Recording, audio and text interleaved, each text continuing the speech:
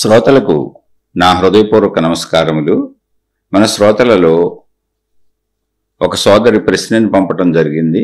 ఆ ప్రశ్న, అసలు ఇక్కడ నేను శరీరము అంటే ఈ శరీరము, ఈ మనస్సు, నేను అనుకునేది ఎవరు? లోపల ఉన్న ఆత్మ తాను శక్తిని అంటే నేను అనంత ఆత్మశక్తిని అని మరిచిపోయి అలా అనుకుంటోందా? Please clarify. అది అసలు నేను ఈ శరీరం అనే భావన ఎవరికి కలుగుతుంది? అలా అనుకుంటున్నది ఎవరో? అది వారి సందేహం. అంటే ఆత్మశక్తి మర్చిపోయాట అనుకుంటుందా అని. నేను శరీరము అనేది నిజం. ఆత్మశక్తి అసలు ఏం మర్చిపోయి అనుకోవట్లా. శరీరం అనేది నిజమే. నేను మనసు, అది కూడా నిజమే. జాగ్రత్తగా సుమారుగా 1400 శీర్షికలు పైన చెప్పాను. మీకు అన్నీ కలుపుకుంటే 1500 1600 దాటిపోతాయి. సంఖ్యాపరంగా 1400 పైన చెప్పాను. అందులో 1000 శీర్షికలు ఇంచుమించు ఆత్మజ్ఞాన ఆధ్యాత్మిక చదువు మీదే ఉంటాయి. మిగిలినవి కూడా అలాగే ఉంటాయి. కాకపోతే మంచిగా జీవించండి అని కొన్ని కథలు అలా ఉండుండొచ్చు. జాగ్రత్తగా అర్థం చేసుకోవాలి. అసలు ఇక్కడ మర్చిపోయింది లేదు, భ్రమలు లేవు, కల్పనలు లేవు, ఏమీ లేవు. విషయం జాగ్రత్తగా అర్థం చేసుకోవాలి. ఏంటి అంటే, నేను శరీరము అనేది నిజమే. అంటే మీరేదో ఒక శీర్షిక విని నాకు అర్థమైపోయిందని అనుకున్నా, లేదు అలా అనుకోకుండా ఒక శీర్షిక విని ఆ శీర్షికలో విషయాలతో సంబంధించి సందేహాలు తెచ్చుకున్నా కూడా మీరు అడగండి, తప్పులేదు, నేను చెబుతాను. కానీ తీరవు, సందేహాలు తీరవు. ఎందుకంటే అనంత ఆత్మజ్ఞానములో అంటే ఎంత ఆత్మజ్ఞాన సంపద అంటే భాషా రూపంలో మనకు అందించెళ్ళారు. అంటే మనం తెలుసుకోవటానికి, చదువుకోవటానికి, అర్థం చేసుకోవటానికి వీలుగా ఎన్ని గ్రంథాల రూపంలో ఆత్మజ్ఞాన సంపదను అందించెళ్ళారు. ఏంటి, ఓన్లీ ఆత్మజ్ఞానం, ఆధ్యాత్మిక చదువు, మహిమలు, మాయలు, భక్తి, దేవుళ్ళు, మతాలు కాదు నేను చెప్పేది. మళ్ళీ అది బోల్డ్ సాహిత్యం, అది పక్కన పెట్టేయండి.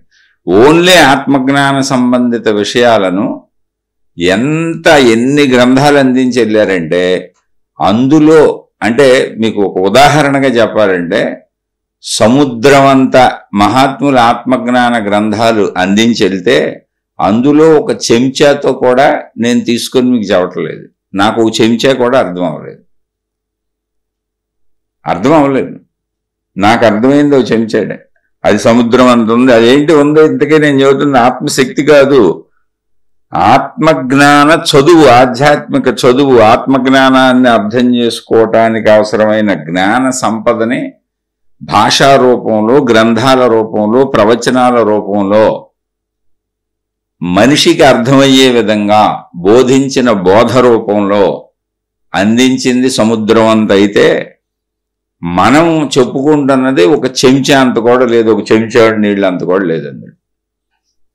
అందుకని చెప్పే నేను కానీ వినే మీరు కానీ అర్థమైపోయిందని అనుకోబాకండి. వింటూ ఉండండి అంతే. వింటూ ఉంటే కాలగమనంలో ఎంత ఎక్కువ వింటూ ఉంటే అంత ఇంకా ఏదో అర్థమవుతూ ఉంటుంది. ఇప్పుడు నేను మీకు ఏదో చెబుతున్నాను, నాకు తెలుసని కాదు చెబుతుంది. ఆ ధ్యాసలో ఉండాలని, అదొక సత్యమని, ఆ ఆత్మజ్ఞాన చదువులో, ఆధ్యాత్మిక చదువులో సాగుతూ ఉంటే మనసు, బుద్ధి, శరీరం ఆ భావాల్లోకి వెళతాయని, ఆ భావాలలో నిలుపుకుంటూ అలా ముందుకు సాగుతూ ఉంటే ఇంకా అర్థమవుతూ ఉంటుందని, అలా ఎంత అర్థం చేసుకుంటే అంత అర్థమవుతానే ఉంటుంది. ఇప్పుడు చూడండి, నర్సరీలో చేరినటువంటి ఒక పిల్లవాడు కానీ ఒక పిల్ల కానీ ఒక బిడ్డను జాయిన్ చేస్తే బొమ్మలతో ఆడుకోవటం మొదలుపెట్టిన వాళ్ళు అనంతంగా చదువుకోవచ్చు, చదువుతూనే ఉండొచ్చు. భౌతిక విద్యలకే అంతులేదు. ఇక్కడ ఎంత చదువుకుంటే అంత తెలుస్తూనే ఉంటుంది. అలాగే ఆత్మజ్ఞానము ఎంత వింటుంటే, ఎంత వివరంగా వింటుంటే, ఎన్ని రకాలుగా వింటుంటే ఇంకా తెలుస్తూనే ఉంటుంది. ఎందుకంటే అది అనంతము కనుక. ఆత్మశక్తి ఎంత అనంతమో దాని గూర్చినటువంటి వివరణ, దాని గూర్చిన జ్ఞాన సంపద, దాని గూర్చినటువంటి బోధ అంత అనంతం. అది అయిపోయే వరకు వింటూనే ఉండాలి అంతే, అప్పుడు అర్థమవుతుంది. అది అయిపోయినాక అర్థమవుతుంది. అంటే నేను అనంత ఆత్మశక్తిని అన్న అనుభవం కలిగిన తరువాత అర్థమైనట్టుగా ఉంటుంది. ఆ అనుభవం కోసం అర్థం చేసుకుంటూ వెళ్తున్నాం అంతే. చెప్పే నాకు కానీ, చెప్తున్నా ఇతరులు ఎవరైనా కానీ, లేదా వింటున్న మీరు కానీ జస్ట్ ఉరికినే దాన్ని ఒక సముద్రంలో చిన్న నీటి బొట్లు ముట్టుకుంటున్నాం అంతే. మనం అంతే తెలిసింది మనకు. ముందు ఆ విషయం మర్చిపోబాకండి. ఇప్పుడు మన సోదరు అడిగిన ప్రశ్న ఏంటంటే, మనలో ఉన్న ఆత్మశక్తి తాను శక్తిని, అనంతాత్మశక్తిని మర్చిపోయి నేను ఈ శరీరాన్ని మనసునే అనుకుంటుందా? మరి అసలు ఈ అనుకుంటుంది ఏంటి? అది ఆత్మశక్తి అయినప్పుడు నేను మనసుని శరీరాన్ని ఎందుకు అనుకుంటుంది అని డౌట్ వస్తుంది సహజంగా వింటున్నప్పుడు. ఇవి స్టార్టింగ్లో వచ్చే డౌట్లు ఎలా వింటూ వెళుతూ ఉండండి. ఎందుకంటే ఇలాంటి సందేహాలన్నీ స్టార్టింగ్లో నాకు బోల్డ్ వచ్చినాయి. నేను సుమారుగా 35 ఏళ్ళు ఇందులో ప్రయాణించుకుంటూ వచ్చాను. ఈ 35 ఏళ్లలో నాకు అర్థమైంది ఏమీ లేదు. ఇదిగో మీతో మాట్లాడుతున్నటువంటి, మీకు చెబుతున్నటువంటి ఈ ఒట్టి మాటలు అర్థమైన అనుభవ జ్ఞానం అసలు లేదు. కనీసం గుణమార్పు కూడా భారీ ఎత్తులో ఏం జరగలేదు. ఏదో కొంచెం గుణమార్పు జరిగింది అంతే. ఏదో కొంచెం మంచిగా బతుకుదాం, ఎవరికి హాని చేయొద్దని చిన్న చిన్న తలంపులు వచ్చినాయి. కానీ మళ్ళీ ఇంటి విషయాలకు వచ్చేటప్పటికి, ఇంట్లో వాళ్ళ దగ్గరికి వచ్చేవాడికి భార్యాపిల్లల్ని కేకలేస్తూ ఉంటాను, కోపం వస్తూ ఉంటుంది, అరుస్తూ ఉంటాను. గుణమార్పు మళ్ళీ అదేం జరగలేదు. అయితే బయట వాళ్ళని ఎవరిని మోసం చేయను, అన్యాయాలు చేయను, అక్రమాలు చేయను, దుర్మార్గాలు చేయను, మోసం చేయను అని ఇంట్లో వాళ్ళ మీద అరుస్తూ ఉంటాను, ఎగురుతూ ఉంటాను, కోపం వస్తూ ఉంటుంది. ఇదేంటి కోపం పోవట్లేదు అనుకుంటాను, ఎందుకంటున్నానని నన్ను నేనే అనుకుంటాను. మరి 35 ఏళ్ళు ఇందులోనే ఏడిశాను, ఇలాగే కొట్టుకుంటున్నాను. అంత ఈజీ కాదు. అయితే అలా వెళితే అది వస్తుంది. ఈజీ కాదంటే అది గట్టిగా సాధన చేసిన వాళ్ళకి ఈజీనే. నేను ఒక బలహీనుడిని కనుక, నేను ఒక సామాన్యుడిని కనుక నాకు కొంచెం ఇంకా పోలేదు ఆ గుణాలు. అయితే ఇక్కడ ఈ విషయాన్ని మాట్లాడుకుందాం. అంటే నా విషయం ఎందుకు చెబుతున్నానంటే, నేనేదో గొప్ప మేధావిని చెప్పేస్తున్నానని అనుకుంటారేమో, నాకు తెలుసు అనుకుంటారేమో. కాదు, నేను వాచా వేదాంతిని. వాచా అంటే ఏంటి? మాటల ద్వారా వేదాంతం చెబుతున్నాను అంతే. నాకేం అనుభవ జ్ఞానం లేదు. పైగా మాటల ద్వారా చెప్పేది పెద్ద విశేషం ఏముందండి? పుస్తకాల్లో ఉంది, ఎన్నో గ్రంథాలు ఉన్నాయి, వందల వేల గ్రంథాలు ఉన్నాయి, ఇంకా చెబితే లక్షలు అనుకోవచ్చు. కాకపోతే ఇవన్నీ ఎక్కడ దొరుకుతాయి అంటే ఎత్తుక్కోవాలంతే. వీటిని లక్షల రకాలుగా మహాత్ములు వ్యాఖ్యానాలతో చెప్పారు, ఉపన్యాసాలు చెప్పారు, ఎన్నో ఉన్నాయి. ఆ లక్షలన్న పదం అక్కడ వాడాను. ఎంతోమంది ఎన్నో రకాలుగా చెప్పారు. అందులో ఎంతండి నేను ఎన్నదో 10%, అసలు 10% కూడా కాదు, ఒక 1% నేను ఉంటాను. ఏదో అర్థమైంది, ప్రయత్నిస్తున్నాను. అయితే అది సత్యమని నాకు అనిపించింది, ఆ సత్యాన్ని తెలుసుకోవాలని ప్రయత్నిస్తున్నాను. ఆ ప్రయత్నంలో 35 ఏళ్ళ జీవితం ఇందులో సాగింది. అదేం 35 ఏళ్ళు అనేది ఏదో పెద్ద గొప్పగా చెప్పట్లా. 35 ఏళ్ళు నేనేం అంకితం అయిపోయి అల్లా మామూలు జీవితం జీవించుకుంటూ సినిమాలు, షికార్లు, చదువులు, గెదువులు, కుటుంబం, భార్య, పిల్లలు, సంపాదనలు, వృత్తి వ్యాపార ఉద్యోగాలు, స్నేహితులు, తిరుగుళ్ళు అన్నిటితో పాటు దీన్ని కూడా కంటిన్యూ పెట్టుకున్నాను అంతే పక్కన. ఏదో ఒక స్నేహితుడితో క్యారీ అయినట్టుగా దీంతో వచ్చాను. తర్వాత స్టార్టింగ్లో అలా వచ్చాను. తర్వాత కొంచెం డెప్త్గా వెళ్ళినాక అన్నింటినీ వదిలేసి దీనికోసమే కూర్చున్నాను. ఇప్పుడున్న స్థితి అది. అయితే ఎందుకు కూర్చున్నా అంత ఈజీ కాదు. గుణమార్పు అయితే నాకు జరగలేదు. నేను సామాన్య మనిషినే. చెప్పాక గుణమార్పు అంటే మోసాలు చేయను, డబ్బు కోసం ఎవరైనా మోసాలు చేయను, తప్పులు చేయను, ఏదో తాగుడు, జోదం, ఇలాంటి వ్యభిచారం, ఇలాంటి వ్యసనాలు ఏమి లేవు, అవి చేయను. కానీ కోపం అవన్నీ ఉన్నాయి ఇంట్లో. మా భార్య మీద ఎగురుతానే ఉంటాను, పిల్లల మీద ఎగురుతానే ఉంటాను, ఉన్నదే ఆ నలుగురు ఏదో ఎగురుతానే ఉంటాను. సరే, బయట విషయాలు తగ్గినాయి. లేకపోతే బయటకు వెళ్తే బయట కూడా ఏదన్నా సమయ సందర్భాల్లో కోపం వస్తే అక్కడ అరుస్తాను. అయితే ఇప్పుడు మౌనంగా జీవితకాల మౌనం పెట్టుకొని కూర్చున్నాను. ఇది 4వ సంవత్సరం. బయటకు వెళ్ళే సందర్భాలు, బయట మనుషులతో విషయాలు తగ్గినాయి. అలానే జీవితకాల మౌనం పెట్టుకుంది మళ్ళీ ఏదో గొప్పోడు అనుకుంటారేమో, కానీ కాదు. మా కుటుంబంలో వచ్చిన సమస్యలకి జీవితకాల మౌనం పెట్టుకున్నాను. నేను ఆధ్యాత్మికత మీద ఇంట్రెస్ట్తోనో, వ్యక్తి దైవీ మార్గ ఇంట్రెస్ట్తోనో సాధనల కోసం అసలు పెట్టుకోలే. సమస్యలకు వస్తే కొన్ని ఆ సమస్యలను ఎదుర్కొ చావలేక బలహీనుణ్ణి, బలం లేక మౌనం పెట్టుకున్న ఒక పిరికోడిలాగా అంతే. ఇది నా క్యారెక్టర్. కాబట్టి మీరు ఊరిన విషయాన్ని తీసుకోండి. విషయం వరకు తీసుకుంటే ఇప్పుడు సోదరు అడిగిన దాంట్లో ఆత్మశక్తి తనను మర్చిపోయి నేను ఆత్మశక్తిని మర్చిపోయి శరీరం అనుకుంటుందా, మనసు అనుకుంటుందా అని కాదు. శరీరం నిజమే, మనసు నిజమే, సృష్టి అంతా నిజమే, ప్రకృతి అంతా నిజమే, అసలు కనపడుతున్నదంతా నిజమేనండి. అబద్ధమని ఎవరన్నారు దాన్ని? అబద్ధమని ఎవరు చెప్పలా. కానీ అది ఎంతవరకు నిజమో అనేది తెలుసుకోవాలి. ఇప్పుడు మనకు ఎవరన్నా ఫోన్ చేశారు, ఇప్పుడు మీరు ఎక్కడున్నారండి అన్నారు. మనం ఏదో అప్పుడు రైల్వే స్టేషన్లో ఉన్నాం, ఎవరినో రిసీవ్ చేసుకోవడానికి వెళ్ళాం, రైల్వే స్టేషన్లో ఉన్నాం. నేను రైల్వే స్టేషన్లో ఉన్నానండి అన్నాం. నేను రైల్వే స్టేషన్లో ఉన్నానంటే సరేనండి అని వాళ్ళు అలా కలుస్తానండి అని పెట్టేశారు. మనమేమనుకున్నాం, కలుస్తానంటే ఇంటికాడ కలుస్తారు, ఇప్పుడు రైల్వే స్టేషన్లో ఉన్నానని చెప్పాను అనేది మన భావం. మనం మనిషిని రిసీవ్ చేసుకున్నాం, ఇంటికి వెళ్ళిపోయాం. వాళ్ళు సాయంత్రం రైల్వే స్టేషన్కి వెళ్ళారు, మనం పొద్దున ఇది జరిగిందంట. మళ్ళీ రైల్వే స్టేషన్కి వెళ్ళి వాళ్ళు ఫోన్ చేశారు, ఏమండి ఎక్కడ ఉన్నారండి అని. లేదా నేను ఇంటి దగ్గర ఉన్నానండి అని. అదేంటంటే మీకు నిలకడ ఉండదా? అదేం మాట, మీరు ఆ మాట చెబితే మేము ఇంటికే వచ్చేవాళ్ళం కదా, పొద్దున ఫోన్ చేస్తే రైల్వే స్టేషన్లో ఉన్నానన్నారు, మేము అందుకని రైల్వే స్టేషన్కి వచ్చాం సాయంత్రం, మీరు ఇప్పుడు ఇంట్లో ఉన్నానని చెబుతారేంటి, మీకు నిలకడ లేదా అన్నారు అనుకోండి, అర్థమేమన్నా ఉంది అందులో? ఆలోచించండి, ఏమన్నా అర్థం ఉంది అందులో? అర్థం లేదు. ఎందుకని? మనిషి అనేవాడు ఆ రైల్వే స్టేషన్లో ఆ పని నిమిత్తం వెళ్తాడు, అప్పుడు అది సత్యం. ఆ రైల్వే స్టేషన్లో ఉండటం సత్యం. తర్వాత హోటల్లో ఉన్నాను, టిఫిన్ చేస్తున్నాను, అది సత్యం. అక్కడి నుంచి లేచి రైతు బజార్కి వెళ్ళి కూరగాయలు కొనుక్కుంటున్నాను, సత్యం. అప్పుడు ఫోన్ వస్తే టచ్ అవుతాను. అక్కడి నుంచి కిరాణా షాప్కి వెళ్ళాను, అది సత్యం. అక్కడి నుంచి హెయిర్ కటింగ్ సెలూన్కి వెళ్ళి హెయిర్ కటింగ్ వేయించుకున్నాను, అప్పుడు ఫోన్ వస్తే టచ్ అవుతాను, అది సత్యం. అలా నేను అనేక ప్రదేశాలు తిరుగుతూ వృత్తి వ్యాపార ఉద్యోగాల్లో ఆఫీసుల్లో ఉన్నాను, ఎక్కడ ఉన్నాను, ఇక్కడ ఉన్నాను, ఎక్కడ ఉన్నాను, అన్నీ తిరుగుతూ ఉన్నాను. కాసేపు ఇంట్లో ఉంటాను, కాసేపు బయట ఉంటాను, తిరుగుతూ ఉంటాను.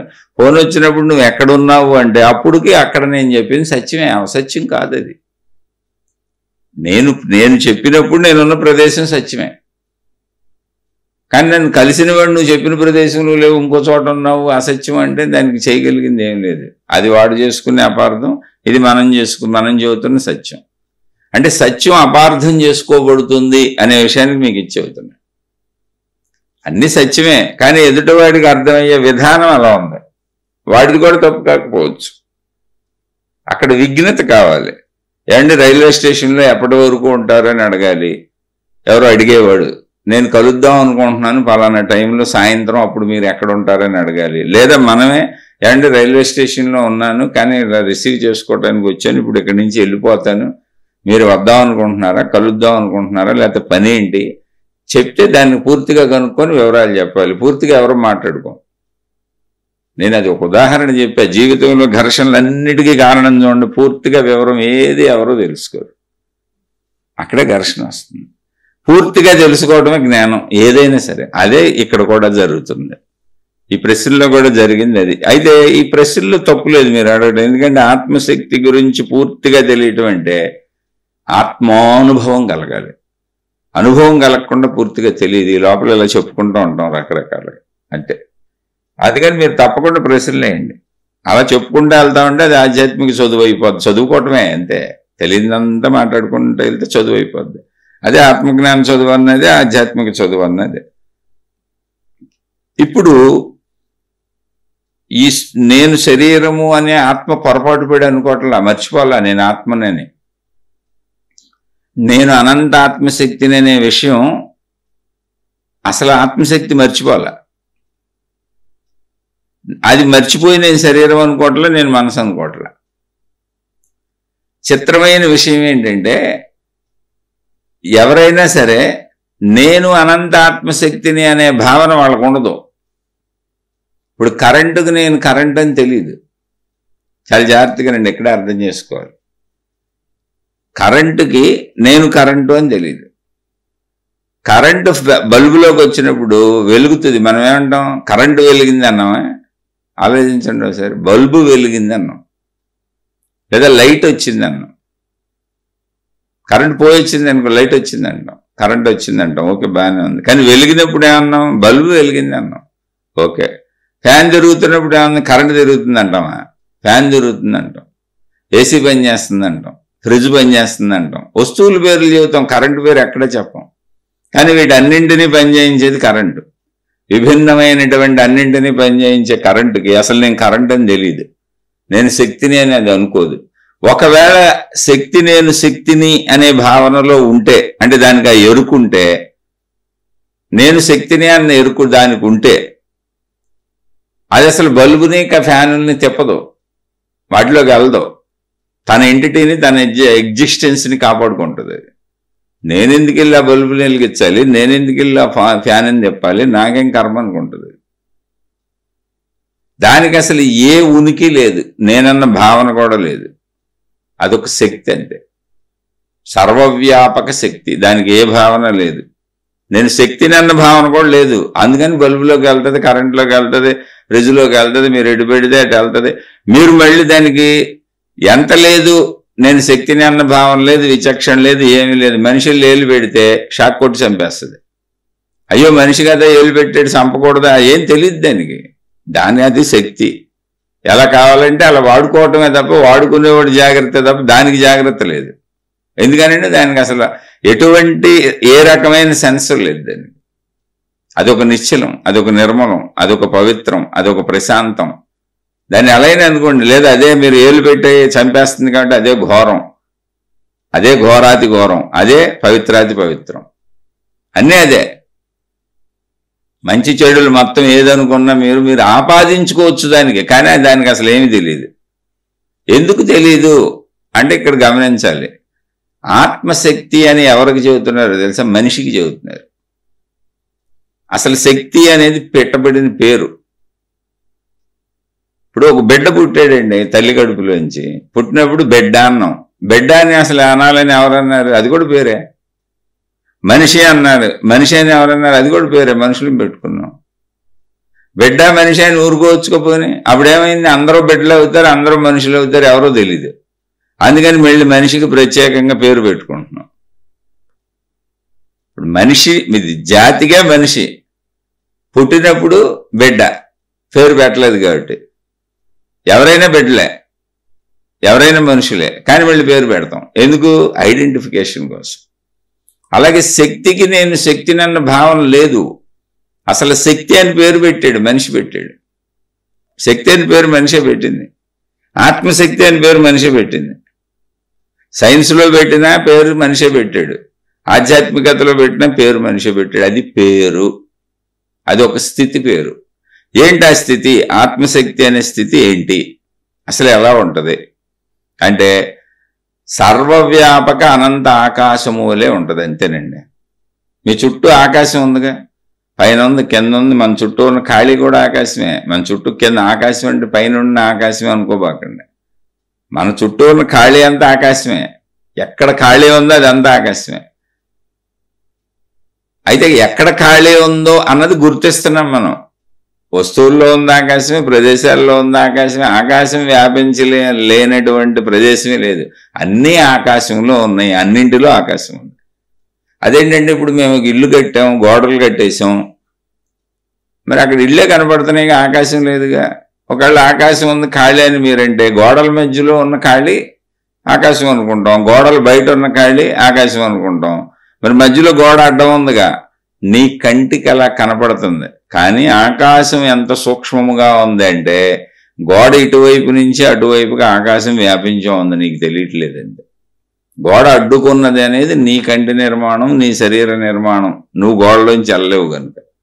కానీ ఆకాశము ఎంత సూక్ష్మమైనది అంటే దాన్ని అడ్డగించగలిగింది అసలు ఏమి లేదు ఈ భూమి మీద. అన్నింటిలోంచి అది వ్యాపించే ఉంది. అందుకే అన్నీ అందులో ఉన్నాయి, అన్నింటిలో అది ఉందంటే కారణం అది. అన్నింటి నుంచి వ్యాపించి ఉంది. గోడల నుంచి, మనుషుల నుంచి, చెట్ల నుంచి, పుట్టల నుంచి, జంతువుల నుంచి, మొత్తం అది వ్యాపించే ఉంది. కానీ అది మనం చూడలేం. ఎందుకని? బయట ఆకాశాన్ని కూడా మనం చూడలేక ఖాళీ అంటున్నాం, ఏమీ లేదంటున్నాం. మనం పదార్థాలని చూడగలుగుతున్నాం. అంటే ఇప్పుడు వ్యాపించి ఉంది, ఆకాశం మొత్తంగా ఉంది అంటే అది ఎలా ఉందని అర్థం? ఒక్కటిగా ఉంది. ఇప్పుడు అక్కడ మనుషులు 1,00,000 మంది మనుషులు నుంచొని ఉన్నారండి. వీళ్ళందరిలోంచి ఆకాశం వ్యాపించి వెళ్ళిపోయి ఉంది. అది ఎక్కడ అడ్డుకోవాలా? మనం మనుషులను గుర్తించాం అంతే. అలా ఇళ్లలోంచి, చెట్లలోంచి, పుట్టల్లోంచి మొత్తం సర్వవ్యాపకంగా ఆకాశం ఉంది. ఎందుకు ఉంది అంటే అది అన్నిటికంటే సూక్ష్మమైంది. అది ఎందులోంచైనా వ్యాపించి వెళ్ళిపోయేలానే ఆ సర్వవ్యాపకం, దానిలోనే ఇవన్నీ ఉన్నాయి. అలానే వ్యాపించి వెళ్ళిపోయి ఉంది అంటే అదేం వ్యాపిస్తుంది కదులుతుందని కాదు అర్థం, మీకు అర్థం అవడానికి చెప్పాను. అది మొత్తంగా ఉంది, దానిలో ఇవన్నీ ఉన్నాయి. అయితే వాటి లోపల ఇప్పుడు మనిషి లోపల ఆకాశం లేదంటే ఉంది, నీకు తెలియదు. గోడ లోపల లేదంటే ఉంది, ఇటు నుంచి అటు ఆకాశం ఉంది. ఆకాశం ఎక్కడ ఖండంగా లేదు, ముక్కలై లేదు. ఇప్పుడు ఆకాశంలో ఒక విమానం వెళ్తుంది అనుకోండి, విమానం ఆకాశాన్ని చీల్చుకుంటూ వెళ్ళిపోతుంది అనుకుంటున్నారా? కాదు, ఆకాశం విమానంలోంచి వ్యాపించుకుంటూనే ఉంది, ఇటు నుంచి అటు. మనకు తెలియదు అంతే. విమానాలు వెళ్తాయి, హెలికాప్టర్లు వెళ్తాయి, బస్సులు వెళ్తాయి, రైళ్లు వెళ్తాయి, రోడ్ల మీద కూడా వెళ్తాయి, మనుషులను తిరుగుతాం. మనం ఏమి ఆకాశాన్ని చీల్చి వెళ్ళటంలో చూడండి, ఆకాశం ఏం తప్పుకోవట్లే పక్కకే. అంటే ఏంటి, ఆకాశం మనలోంచి వ్యాపించి వెళ్ళిపోతుంది, వెనక్కి ముందుకి వ్యాపించే ఉంది. అది మనం దానిలో అటు ఇటు తిరుగుతున్నాం. బాగా అర్థం అవ్వాలండి చెప్పనా మీకు ఈ ఉదాహరణ. ఈ విషయం మీకు బాగా అర్థం అవ్వాలి అంటే ఆకాశంలోనే అందరం తిరుగుతున్నాం, ఆకాశం లోపలే తిరుగుతున్నాం. ఆకాశం మనలోంచి అటు నుంచి ఇటు కూడా ప్రవహించి వెళ్ళిపోతుంది, ఏం ఇబ్బంది లేదు దానికి. ఎందుకని అది స్థిరంగా ఉంది, చలిస్తుంది. మనమే విమానాలు చలిస్తున్నాయి, రైళ్లు చలిస్తున్నాయి, బస్సులు చలిస్తున్నాయి, వాహనాలు చలిస్తున్నాయి, అన్ని చలిస్తున్నాయి, కదులుతున్నాయి. చలించిన వాటిలో కూడా అదే ఉంది. మొత్తం మొట్టమొదట ఉన్నది అది, దానిలో సృష్టి ఏర్పడింది. సృష్టి అంతా అది వ్యాపించే ఉంది, ఎక్కడ అది పక్కకి జరగడానికి ప్లేస్ లేదు. ఎలా అంటే ఆకాశంలో మనం ఎలా ఉన్నామంటే నీటిలో చేపవలే. అయితే నీటిలో చేప నీటిలోంచి అటువైపు నుంచి ఇటు వ్యాపించదు. కానీ నీటిలో చేప తిరుగుతున్నప్పుడు మీరు చూడండి, అది దానికి సహజంగా ఉంటుంది, నీరు ఉందని తెలియదు అసలు దానికి. నీటిలో చేప తిరుగుతున్నప్పుడు నేను నీటిలో తిరుగుతున్నానని తెలియదు, అది దాని లోకం. నీళ్ళల్లో ఉండే జీవులన్నింటికీ అదే లోకం. చేపల లాంటి ఎన్ని రకాల జీవులు ఉన్నాయో అటన్నింటికీ అది లోకం, నీటి లోకం. అది వాటి లోకం అదే. అంటే మనం ఆకాశాన్ని ఎలా భావించుకుంటున్నామో అవి నీటిని అలాగే భావించుకుంటున్నాయి. అంటే నీటి లాంటి శక్తి ఏదుందో అది ఆకాశంలో ఉంది. అది నీటి లాంటి శక్తి అంటున్నా నేను, నీరు కాదు. అక్కడ నీరు ఎలా ఉందో ఇక్కడ ఒక శక్తి ఉంది, కాకపోతే ఆ శక్తి అని మనకు తెలియదు, ఖాళీ అనుకుంటున్నాం. అలాగే నీటిలో ఉండే చేపలు లాంటివన్నీ దాన్ని ఖాళీ అనుకుంటున్నాయి, అనుకొని తిరగగలుగుతున్నాయి. ఇప్పుడు చేపలు ఏటిని గుర్తిస్తున్నాయి, ఇంకో చేపలను గుర్తిస్తున్నాయి. ఆ సముద్రం అడుగు నుండి కొండలు, గొట్టలు, రకరకాల జీవులు వాటిని గుర్తిస్తున్నాయి, కానీ నీళ్లను గుర్తించట్లా. అది నదుల్లో అయినా చెరువుల్లో అయినా ఎక్కడైనా నీళ్లను గుర్తించట్లా. ఎందుకు గుర్తించట్లేదు?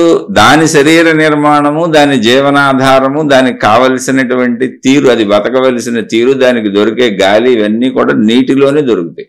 నీటిలోంచి బయటికి తీస్తే చచ్చిపోద్ది. అది సృష్టి ఏర్పాటు. అంటే ఇప్పుడు చేపకి నీరు కనపడదు. చేప దగ్గరికి వెళ్ళి నువ్వు అనంత నీటి స్వరూపానివి, సముద్ర స్వరూపానివి, నువ్వు సముద్రాన్ని వెతుకు, నువ్వు సముద్రమే అని చెబితే దానికి అప్పటికీ తెలియదు, అసలు తెలిసే అవకాశం లేదు. ఎలా తెలుస్తుంది? అందులోనే తిరుగుతుంది. అయితే అది తనలో ఎక్కడన్నా సముద్రం దొరుకుద్దేమో, ఈ చేపల్లా అదిలా ఇదిలే అని ఎతుకుతా ఉంటుంది. దాని జ్ఞానబోధలు దానికి జరుగుతూ ఉంటాయి. ఏమో చేపల్లో కూడా గురువులు ఉండి జ్ఞానబోధలు జరుగుతున్నాయో మనకేం తెలుసు. అన్ని జీవులకు ఇప్పుడు ఒక మనిషికి ఎలా ఉందో అన్ని జీవులకు ఉందేమో నాకు తెలీదు. లేదని పెద్దలు చెప్పారు, ఎందుకంటే వాటికి బ్రెయిన్ లేదని, అంటే మనిషికి ఉన్నంత జ్ఞానశక్తి లేదని. సరే, ఆ విషయం మనకు అనవసరం అనుకోండి. ఇప్పుడు మంద తీసుకుందాం. మనం ఆకాశంలో ఎలా తిరుగుతున్నాము అంటే సముద్రములో లేదా నీళ్ళల్లో చేప ఎలా తిరుగుతుందో అలా. చేపకు నీళ్లు అడ్డు వస్తున్నాయి, నీళ్లు ఉన్నాయి, ఇవి ద్రవ పదార్థం, ఘనత్వం కలిగి ఉంది, ఇది నాకు అడ్డంగా ఉంది అనుకున్నప్పుడు చేప అందులో తిరగలేదు అసలు. సేమ్ మనం అలా తిరుగుతున్నాం ఇక్కడ. ఆ విషయాన్ని కంపేర్ చేసుకుంటే మీకు అర్థమవుతుంది. ఇది ఎందుకు చెప్పానంటే ఇప్పుడు నీరు, చేప తిరుగుతుంది కదా, నీరు నేను నీటిని అని అనుకుంటుందా? నీరు అసలు ఏమనుకోదు, మొత్తంగా ఉంటుంది అంతే సముద్రం. అందులో రకరకాల జీవులు ఉంటాయి. ఆ జీవులు అనుకుంటే నేను పలానా జీవినేని. చేప అనుకోవచ్చు నేను చేపనే, ఇంకోటి అనుకోవచ్చు. అందుకని ఐడెంటిఫై చేసుకుంటాయి. పెద్ద చేపలను చిన్న చేపలు పారిపోతాయి, తినేస్తాయి. వీటిని రకరకాల చేపలు తినేసే జీవులు బోల్డ్ మళ్ళీ అందులోనే ఉంటాయి. మళ్ళీ ఈ చేపలకు ఆహారం అక్కడే ఉంటుంది, ఆ నీటిలోనే దొరుకుద్ది. ఇవన్నీ గుర్తిస్తాయి అంటే గుర్తింపు ఉంది వాటికి. అప్పుడు అది నేను ఫలానా అనే శరీర భావం దానికి ఉంటుంది. అది చేప అనుకుందో ఏమనుకుందో, పేరు అయితే మనం పెట్టాం, కానీ నేననే భావం దానికి ఉంటుంది. నాకు భిన్నంగా అనేకం ఉన్నాయనే భావన ఉంటుంది. ఆకలి దప్పులు అన్నీ ఉంటాయి వాటికి. అదే నీటిలో చేపలు నిద్రపోతాయి, అదే నీటిలో చేపలు తిరుగుతాయి. అలాగే మనం ఆకాశంలో ఉన్నాం. ఇది ఆకాశం అనేది సంపూర్ణ సర్వవ్యాపక ఆత్మశక్తి. అయితే ఇది ఆత్మశక్తి అని ఎవరిని చెప్పుకుంటున్నాం? రూపం ధరించున్న మనం చెప్పుకుంటున్నాం. ఉన్నదంతా ఆత్మశక్తి అయినప్పుడు, అది ఒక్కటే అయినప్పుడు అసలు నేనని ఎందుకు అనుకుంటుంది అది?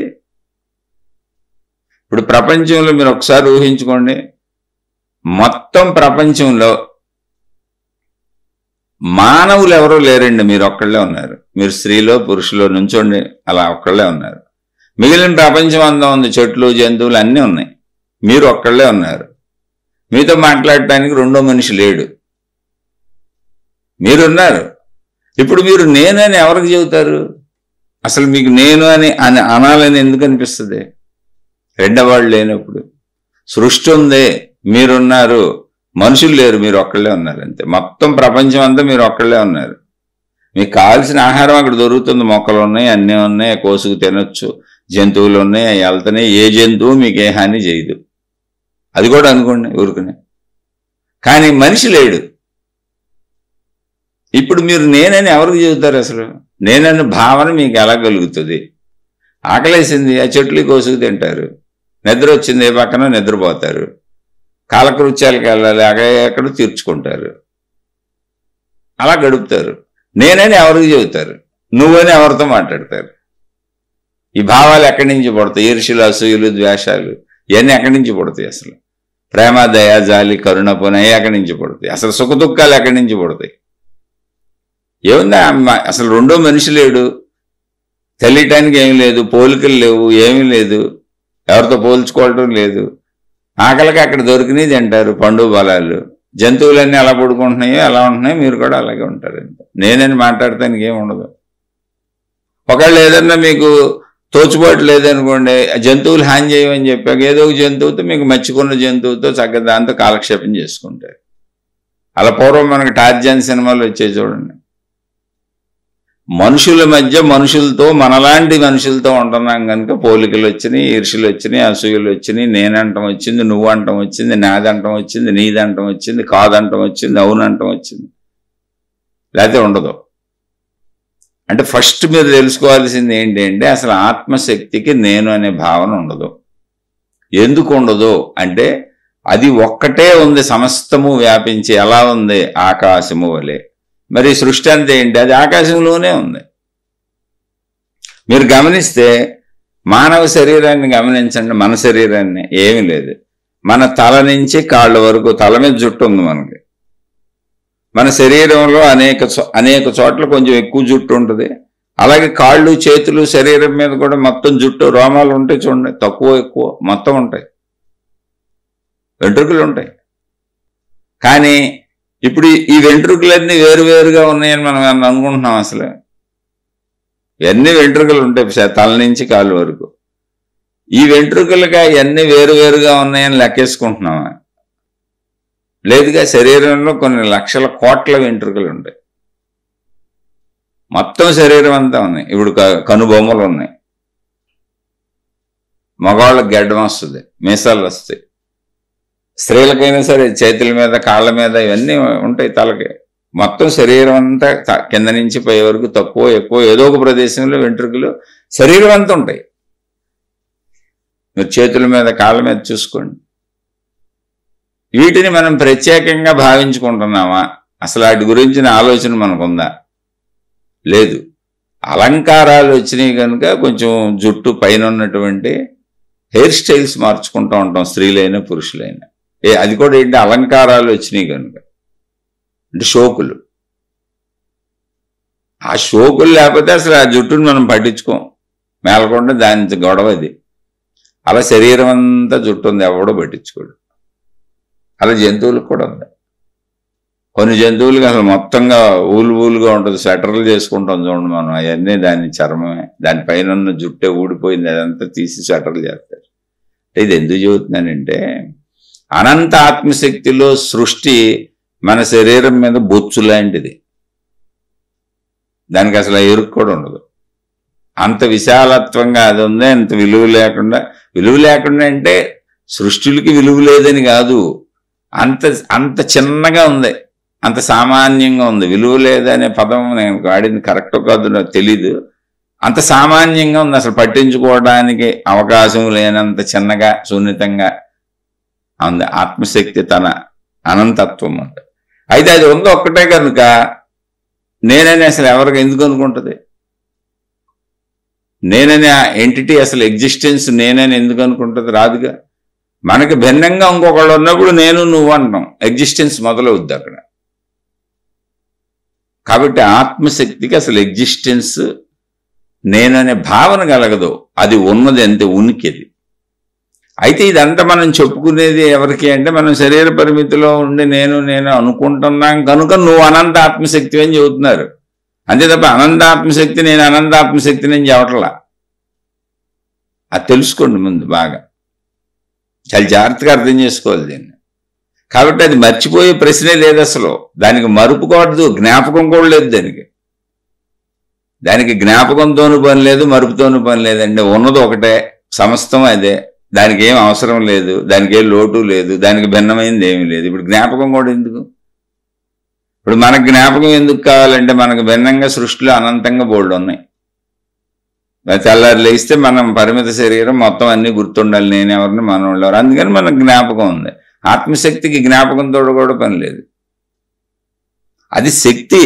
కానీ దానికి జ్ఞాపకం ఉందా లేదా అని కాదు, శక్తిలో సమస్తం ఉన్నాయి, సంపూర్ణం. పూర్ణమదః పూర్ణమిదం పూర్ణాత్ పూర్ణముదచ్యతే పూర్ణస్య పూర్ణమాదాయ పూర్ణమేవావశిష్యతే. అది సంపూర్ణం. ఇది ఏ లేదు, అన్నీ ఉన్నాయి అందులో. కానీ అది ఒక్కటే ఉంది కాబట్టి దేంతో దానికి పని లేదు, అసలు దేంతో పని లేదు. జ్ఞాపకంతో పని లేదు, మరుపుతో పని లేదు. జ్ఞాపకం ఉంటే కదా మరుపు వచ్చేది. మరుపు ఎవరికి వస్తుంది? జ్ఞాపకాలు ఉన్న వాళ్ళకి వస్తుంది. అసలు దానికి జ్ఞాపకంతోనే పని లేదు, ఉంది అది ఒకటే. నేను ఒకటే అని కూడా దానికి పని లేదు, ఒకటే అన్న జ్ఞాపకం కూడా ఉండదు. ఎందుకు ఉండదు అంటే ఒక్కటే ఉన్నప్పుడు జ్ఞాపకం ఉండాల్సిన అవసరం లేదు. ఆ స్థితిని మీరు అర్థం చేసుకుంటే తప్ప మీకు ఆత్మశక్తి అర్థం కాదు. ఆ స్థితిని క్యాచ్ చేయాలి మీరు. అందుకే ఇది ఎన్ని లక్షల సార్లు వినండి, ఆత్మానుభవం అయ్యే వరకు ఇది రాదు. కానీ ఆత్మానుభవం అవడానికి ఇలా మనం ఎన్ని లక్షల సార్లు కొట్టుకొని రకరకాలుగా అర్థం చేసుకునే ప్రయత్నం చేయాల్సిందే. చేసినాక ఇలా విని ఊరుకోకూడదు, సాధన చేయాలి. శరీర స్థితి నుంచి, మనోస్థితి నుంచి ప్రాణశక్తి ఆత్మశక్తి స్థితిలోకి వెళ్ళి నిశ్చలంగా కూర్చోవటానికి సాధన చేయాలి. ఆ సాధన ఈ జ్ఞానం అంటే ఈ వినేటువంటి విషయాలు రెండు మిళితమై సాగుతూ ఉంటే ఆ సందేహాలు వస్తూ ఉంటే ఆ సందేహాలు తీర్చుకొని మళ్ళీ మిళితం చేసుకుంటూ వెళ్తూ ఉండాలి. అప్పుడు అది ఎప్పటికి జరుగుద్దో, ఎప్పటికి ఆ శక్తి భావన అర్థమవుద్దో, అది సంపూర్ణంగా మీకు అర్థమైతే దాన్ని మోక్షం అంటారు. అంతే, అర్థం అవటం మోక్షం. మళ్ళీ చెబుతున్నా, ఆత్మశక్తికి అన్నీ ఉన్నాయి, సంపూర్ణం అంటే ఏంటి? అసలు లోటు లేదని. కానీ ఉన్నది అది ఒకటే, సంపూర్ణం అదే. దానికి లోటు లేనప్పుడు గుర్తుపెట్టుకోవాల్సిన అవసరం లేదు, గుర్తు చేసుకోవాల్సిన అవసరం లేదు, కదలాల్సిన అవసరం లేదు. ఉన్నది అది ఒకటేగా, దానికి ఏ అవసరత లేదు. నిశ్చలంగా ఉంటుంది, నిశ్శబ్దంగా ఉంటుంది, ప్రశాంతంగా ఉంటుంది, అనంతంగా ఉంటుంది, మౌనంగా ఉంటుంది, శాంతంగా ఉంటుంది. ఇలా ఎన్ని ఉన్నాయో కదలకలేని అలా ఉంటుంది. అంతే. అప్పుడు మర్చిపోయే ప్రసక్తి ఎక్కడ వస్తుంది? మీరు సృష్టిని మర్చిపోండి, మనుషుల్ని మర్చిపోండి, జంతువులను మర్చిపోండి, ఇవన్నీ పరిమిత భావాలు మర్చిపోండి. కాసేపు ముందు ఆత్మశక్తిని అర్థం చేసుకోండి. మీ చుట్టూ ఉన్నటువంటి ఆకాశం అంతా అదే, అది ఎక్కడ ముక్కలవ్వదు, ఖండం అవ్వదు. అనంతం అంటే అదే. ఉన్నదంతా అదే అయినప్పుడు ఆకాశం అసలు గుర్తుపెట్టుకోవడం ఏంటి, మర్చిపోవడం ఏంటి? నాలో మీ ఇష్టం వచ్చినట్టు తిరగొచ్చు అని అది కూడా ఉంది అక్కడ. ఏది ఎలా కావాలంటే అలా పోవచ్చు. అసలు దాంతో దానికి పట్టింపు కూడా లేదు. ఇప్పుడు విమానాలు ఎగురుతున్నాయి, ఏమి ఎగురుతుంది ఏంటో కూడా దానికి అనవసరం, చూడదు అది. ఎందుకని సర్వవ్యాపకంగా ఉన్నదండి. మన చేతి మీద ఒక వెంట్రుక ఉంది, మన చేతి మీద 100 వెంట్రుకలు ఉన్నాయి, ఊడిపోతున్నాయి, రాలిపోతున్నాయి, మళ్ళీ కొత్తవి వస్తున్నాయి. అసలు మనం ఏం పట్టించుకోవట్లా. మనం చెప్పులు వేసుకుంటుంటే కాళ్ళ మీద వేళ్ళ మీద ఉన్న వెంట్రుకలు తగిలి రాలిపోతుంటే మళ్ళీ కొత్తవి వస్తుండే, పట్టించుకోవట్లా. ఏదో అందం కోసం నెత్తి మీద బొచ్చు ఒకటి పట్టించుకుంటూ ఉంటారు అందరూ. అది కూడా అందం వచ్చింది కాబట్టి. అందం అనేటువంటి విషయాన్ని పెట్టుకున్నాం కాబట్టి. లేకపోతే ఏ బొచ్చుని పట్టించుకోం మనం. ఎందుకంటే అసలు దానికి అది ఎలాంటిది, ఆ బొచ్చు అని ఎందుకు అంటున్నాను, దాన్ని అలాంటి పదం ఎందుకు వాడుతున్నాను అంటే దాన్ని కొంచెం తక్కువ చేసి చూపిద్దామని మీకు, అంతకంటే ఏం లేదు. ఎందుకంటే దానికి ప్రాణశక్తి లేదు, అది ఊడిపోయినా పడిపోయినా మనకు వచ్చిన ఇబ్బంది లేదు.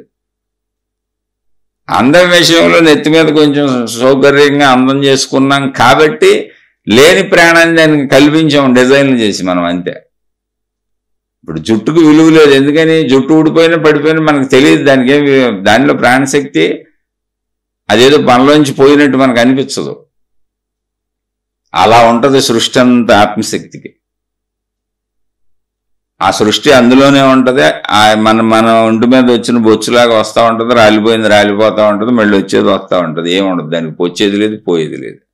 ఎందుకని ఆ శక్తిలోంచే వచ్చింది, ఆ శక్తిలోనే కలిసిపోతుంది. అసలు ముందు శక్తిని తెలుసుకోండి. ఎలా ఉంది అంటే ఏకముగా ఉన్నప్పుడు, అనంతంగా ఉన్నప్పుడు, దానికి భిన్నమైంది ఇంకొకటి లేనప్పుడు నేను అనే భావన ఉండదు, గుర్తుపెట్టుకోవాల్సిన భావన లేదు, జ్ఞాపకము అనేటువంటి అసలు సమస్య పుట్టదు. జ్ఞాపకం అనేది పుడితే మరుపు అనేది అవసరం అవుతుంది.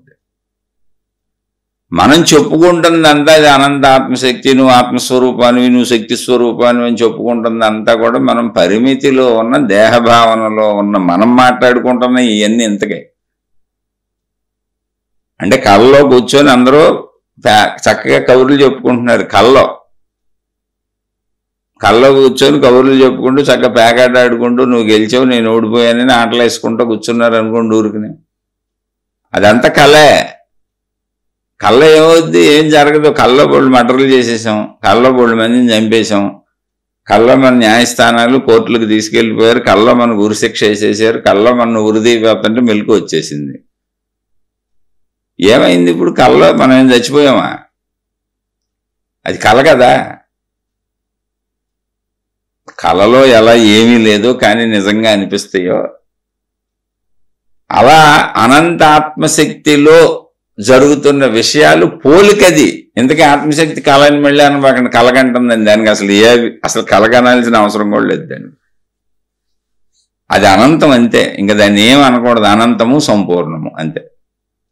అది కూడా మనకు తెలియటం కోసం వాడాము ఆ పదాలు, లేదా ఆ పదాలు కూడా అక్కర్లే. ఎంత ఉంటుంది అనే క్వశ్చన్ పుట్టినప్పుడు అనంతం అన్నాం. అనంతం అంటే ఏంటి? ఎంత ఉంటుందో తెలియదని. ఎలా ఉంటుంది అన్నప్పుడు సంపూర్ణం అన్నాం. అంటే అర్థం ఏంటి? అది కూడా మాకు తెలియదు అని. సంపూర్ణం అన్నా అనంతం అన్నా మనం వాడిన పదాలు మాకు తెలియదనే పదం చెప్పాం అంతే, తేట తెలుగులో. కాబట్టి అది ఏం మర్చిపోలేదు, అది కరెక్ట్గా దాని స్థితిలో అది ఉంది. ఆ స్థితికి మనం చేరుకోవాలి. మర్చిపోవటం కాదు. ఇప్పుడు శరీరం అనేది నిజం. మళ్ళీ ఇప్పుడు మన దగ్గరికి వచ్చాం. ఆత్మ గురించి మళ్ళీ ఏమైనా డౌట్ ఉంటే అడగండి. నేను చెప్పదలిచింది చెప్పగలిగింది ఇప్పటికే నాకు భావం, ఈ శీర్షిక చెబుతున్నప్పుడు కలిగిన భావం చెప్పాను. ఇప్పుడు మర్చిపోయి నేను శరీరం అనుకుంటుందా, మర్చిపోయి నేను మనసును అనుకుంటుందా అంటే అసలు కానీ కాదు. శరీరం నిజమే, మనసు నిజమే, సృష్టి అంతా నిజమే, ఏది అబద్ధం కాదు. భార్య నిజం, భర్త నిజం, పిల్లలు నిజం, కనపడుతున్న సృష్టి అంతా నిజం, ఆకలి నిజం, అన్నం నిజం. ఇదేంటండి ఇంత కష్టపడి బతుకుతా, పంచేంద్రియాలతో జీవిస్తా, ఇవన్నీ అబద్ధమని ఎట్ట అనుకుంటాం? అబద్ధమని ఎవరు చెప్పారు అసలు మీకు? కాదు, ఇవన్నీ నిజాలే. కానీ ఎంతవరకు నిజమో చెప్పాను ఇందాక. ఎక్కడ ఉన్నారంటే రైల్వే స్టేషన్లో ఉన్నా, ఎక్కడ ఉన్నాయంటే బస్ స్టాండ్లో ఉన్నా, ఎక్కడ ఉన్నాయంటే సినిమా హాల్లో ఉన్నా, ఎక్కడ ఉన్నాయంటే లైబ్రరీలో ఉన్నా. జీవితం అంతా అక్కడ ఉంటానా? అది అడిగినోడు పొరపాటు, అర్థం చేసుకోవడం పొరపాటు. నన్ను కలవాలనుకుంటే ఇప్పుడు నేను కలవాలనుకుంటున్నాను, పలానా టైంకి ఎక్కడ ఉంటామని అడగాలి, అది కరెక్ట్. అప్పుడు ఎక్కడ ఉంటానో చెబుతాను. నేను అనేక ప్రదేశాల్లో ఉంటాను, నా పనులు బట్టి తిరుగుతూ ఉంటాను. అలాగే శరీరం ఉన్నంత వరకు శరీరం నిజం. శరీరం మార్పులు చెందుతూ వెళ్ళిపోతూ ఉంటుంది, అది నిజమే. మార్పులు చెందటం కూడా నిజమే, అదేం అబద్ధం కాదు. మళ్ళీ అది ఒకరోజు మరణిస్తుంది, అదొక నిజం. ఇప్పుడు అది పుడటం ఎంత నిజమో చావటం అంత నిజం. పుట్టిన కాడి నుంచి జరిగే మార్పులన్నీ నిజం. ఆ మార్పులకు నువ్వు అవసరమైన అన్ని అందించాలి, ఆహార పదార్థాల నుంచి సర్వం అందించాలి, నిజం. ఇంద్రియాలు నిజం, ఇంద్రియాల కోరికలు నిజం. అనుభవిస్తున్నాం కదండి, ఎంత హాయిగా ఉంటుంది కుటుంబం. చక్కగా మా నాన్న మా అమ్మ అని చక్కగా ఒళ్ళో పడుకొని వాళ్ళు పెంచుతుంటే, ఎత్తుతుంటే, గోరుముద్దలు తినిపిస్తుంటే ఎత్తుకొని, అది చందమామ రావే జాబిలు రావే అంటుంటే మనం పిల్లలుగా ఉన్నప్పుడు మనకు తెలియకపోవచ్చు, కానీ మన పిల్లల్ని పెంచుతుంటే ఎంత మధురంగా ఉంటుంది. ఎందుకంటే నేను చక్కగా పెంచుకున్నాను, నాకు 2 పిల్లలు. నా కొడుకుని కూతుర్ని పెంచుకుంటుంటే చాలా అద్భుతంగా ఉంది. ఇప్పుడు కూడా వాళ్ళు పెద్దోళ్ళు అయిపోయారు, చదువుకుంటున్నారు, చాలా వయసు పెద్దోళ్ళు అయిపోయారు, చదువుకుంటున్నారు, ఇంజనీరింగ్లకు వచ్చేసారు. అయినా కూడా నాకు వాళ్ళని చూస్తే మహామురిపంగా ఉంటుంది. ఇప్పుడు వాళ్ళు దూర ప్రాంతాల్లో చదువుకుంటున్నారు. ఇప్పుడు మా అబ్బాయి మా అమ్మాయి గుర్తొస్తే కళ్ళమని నీళ్ళు వచ్చేస్తాయి నాకు. ఎందుకని పసిగుడ్డులుగా చిన్నప్పటి నుంచి అలా గుండెల మీద వేసుకొని పెంచుకొని అలా హాయిగా చక్కగా నేను పడుకునేటప్పుడు వాళ్ళని జోకొట్టి నా మీద పడుకోబెట్టుకునేవాడిని చిన్నప్పుడు, 1 సంవత్సరం 2 సంవత్సరాల వయసు అప్పుడు. ఆ ఫోటోలు ఇప్పటికీ బోల్డ్ ఉన్నాయి, కొన్ని 100,000 ఫోటోలు ఉన్నాయి చిన్నప్పటి నుంచి వాళ్ళు ఇప్పటి వరకు ఎదిగినాయని. అద్భుతం, ఎన్ని నిజాలు, అబద్ధమే ఉంది అందులో. అసలు అదేమో ఎవరో వదలమన్నా అది అబద్ధం వల్ల ఇల్లు వదిలి పారిపోమని కూడా ఎవరు చెప్పలా. అవన్నీ సత్యాలే. అవి ఎప్పటికప్పుడు సత్యాలు మారిపోతా ఉంటే ఇప్పుడు పిల్లలు పెద్దోళ్ళు అయ్యారు. అప్పుడు చిన్నపిల్లలాగా ఎత్తుకుంటే ఇప్పుడు ఎత్తుకోగలనండి. నేను ముసలోడిని అయిపోయాను, మా అబ్బాయి పెద్దోడే అయిపోయాడు. అవసరమైతే మా అబ్బాయి నన్ను ఎత్తుకు తీసుకెళ్ళగలడు. అంటే ఎత్తుకొని చిన్నపిల్లలాగా కాదు, ఏ హాస్పిటల్కి అవసరమైతే సపోర్ట్ ఇచ్చి పట్టుకెళ్ళగలడు. ఆ స్థితి మార్పులన్నీ సత్యాలే. దేనికది అన్నీ సత్యమే. ఇంద్రియాలు సత్యమే, ఇంద్రియ సుఖాలు భోగాలు సత్యమే. ఎక్కడ అసలు అసత్యం లేదు. ధనం మూలం యదం జగత్. మొత్తం ఈ సృష్టిలో బతకాలంటే డబ్బు కావాలి. బతికున్నాళ్ళు శరీరానికి డబ్బు కావాలి, ఎందుకంటే డబ్బు మీడియాగా పెట్టుకున్నాం కాబట్టి అది సత్యమే. అసలు ఇక్కడ అసత్యాలు ఏవి లేవు. ముందు మీరేవో అసత్యాలు ఉన్నాయి అనుకోబాకండి. మరి ఏమీ లేనప్పుడు అన్ని సత్యాలు అయినప్పుడు ఆత్మజ్ఞానం చదివేంటి, ఆధ్యాత్మిక చదివేంటి, ఆత్మశక్తి ఏంటి, గోళ ఏంటి, ఎందుకు చదువుతున్నావా బాబు నువ్వు అని అడగొచ్చు మీరు. నేను తప్పకుండా అడగొచ్చు, అడగాలి కూడా. ఎందుకని చెబుతున్నానంటే ఇన్ని సత్యాల్లో ఈ సత్యాలే మనలాంటి మనుషులేక అందరూ మనం తప్పులు చేస్తున్నాం. తప్పులంటే ఏంటి? పక్క వాళ్ళని బాధ పెడుతున్నాం, పక్క వాళ్ళని ఇబ్బంది పెడుతున్నాం, పక్క వాళ్ళని కష్టపెడుతున్నాం, పక్క వాళ్ళని మోసాలు చేస్తున్నాం, లాక్కుంటున్నాం, పీక్కుంటున్నాం, జంతువుల్లా జీవిస్తున్నాం. అలా జీవించకూడదు. అది ఇంట్లో అయినా సరే, కుటుంబంలో అయినా సరే, భర్త భార్య పిల్లలు ఒకళ్ళు సహకరించుకోవాలి. నేను చెప్పాక నాకు కోపం వస్తుంటుంది, మా ఆవిడ మీద అరుస్తుంటాను, ఎప్పుడైనా పిల్లల మీద అరుస్తుంటాను, పక్కన మనుషుల మీద అరుస్తుంటానంటే నాలో జంతువు ఉంది. ఆ జంతువు కోపం వస్తుంది. ఆ జంతువుకి ఇంకా పోలం మీరు చెప్పాలి. నీలో కోపం ఉందని అది నాలో ఉన్న జంతువుకు చెప్పాలి, నువ్వు తగ్గిపో, నువ్వు జంతువు కాదు, నువ్వు మనిషివని. అలా చెప్పడానికి చదువుకుంటున్నా. మంచిగా ఉండాలి, నువ్వు మనిషి అంటే మానవత్వం మంచిగా ఉండాలి, నువ్వు జంతువు కాదని. అలా మనం బాధలకు లోనవుతున్నాం, ఇతరులను బాధ పెడుతున్నాం, ఇతరుల వల్ల మనం బాధపడుతున్నాం, మళ్ళీ పైగా కోరికలతో, ఆశలతో, పోలికలతో మళ్ళీ బాధలకు లోనవుతున్నాం.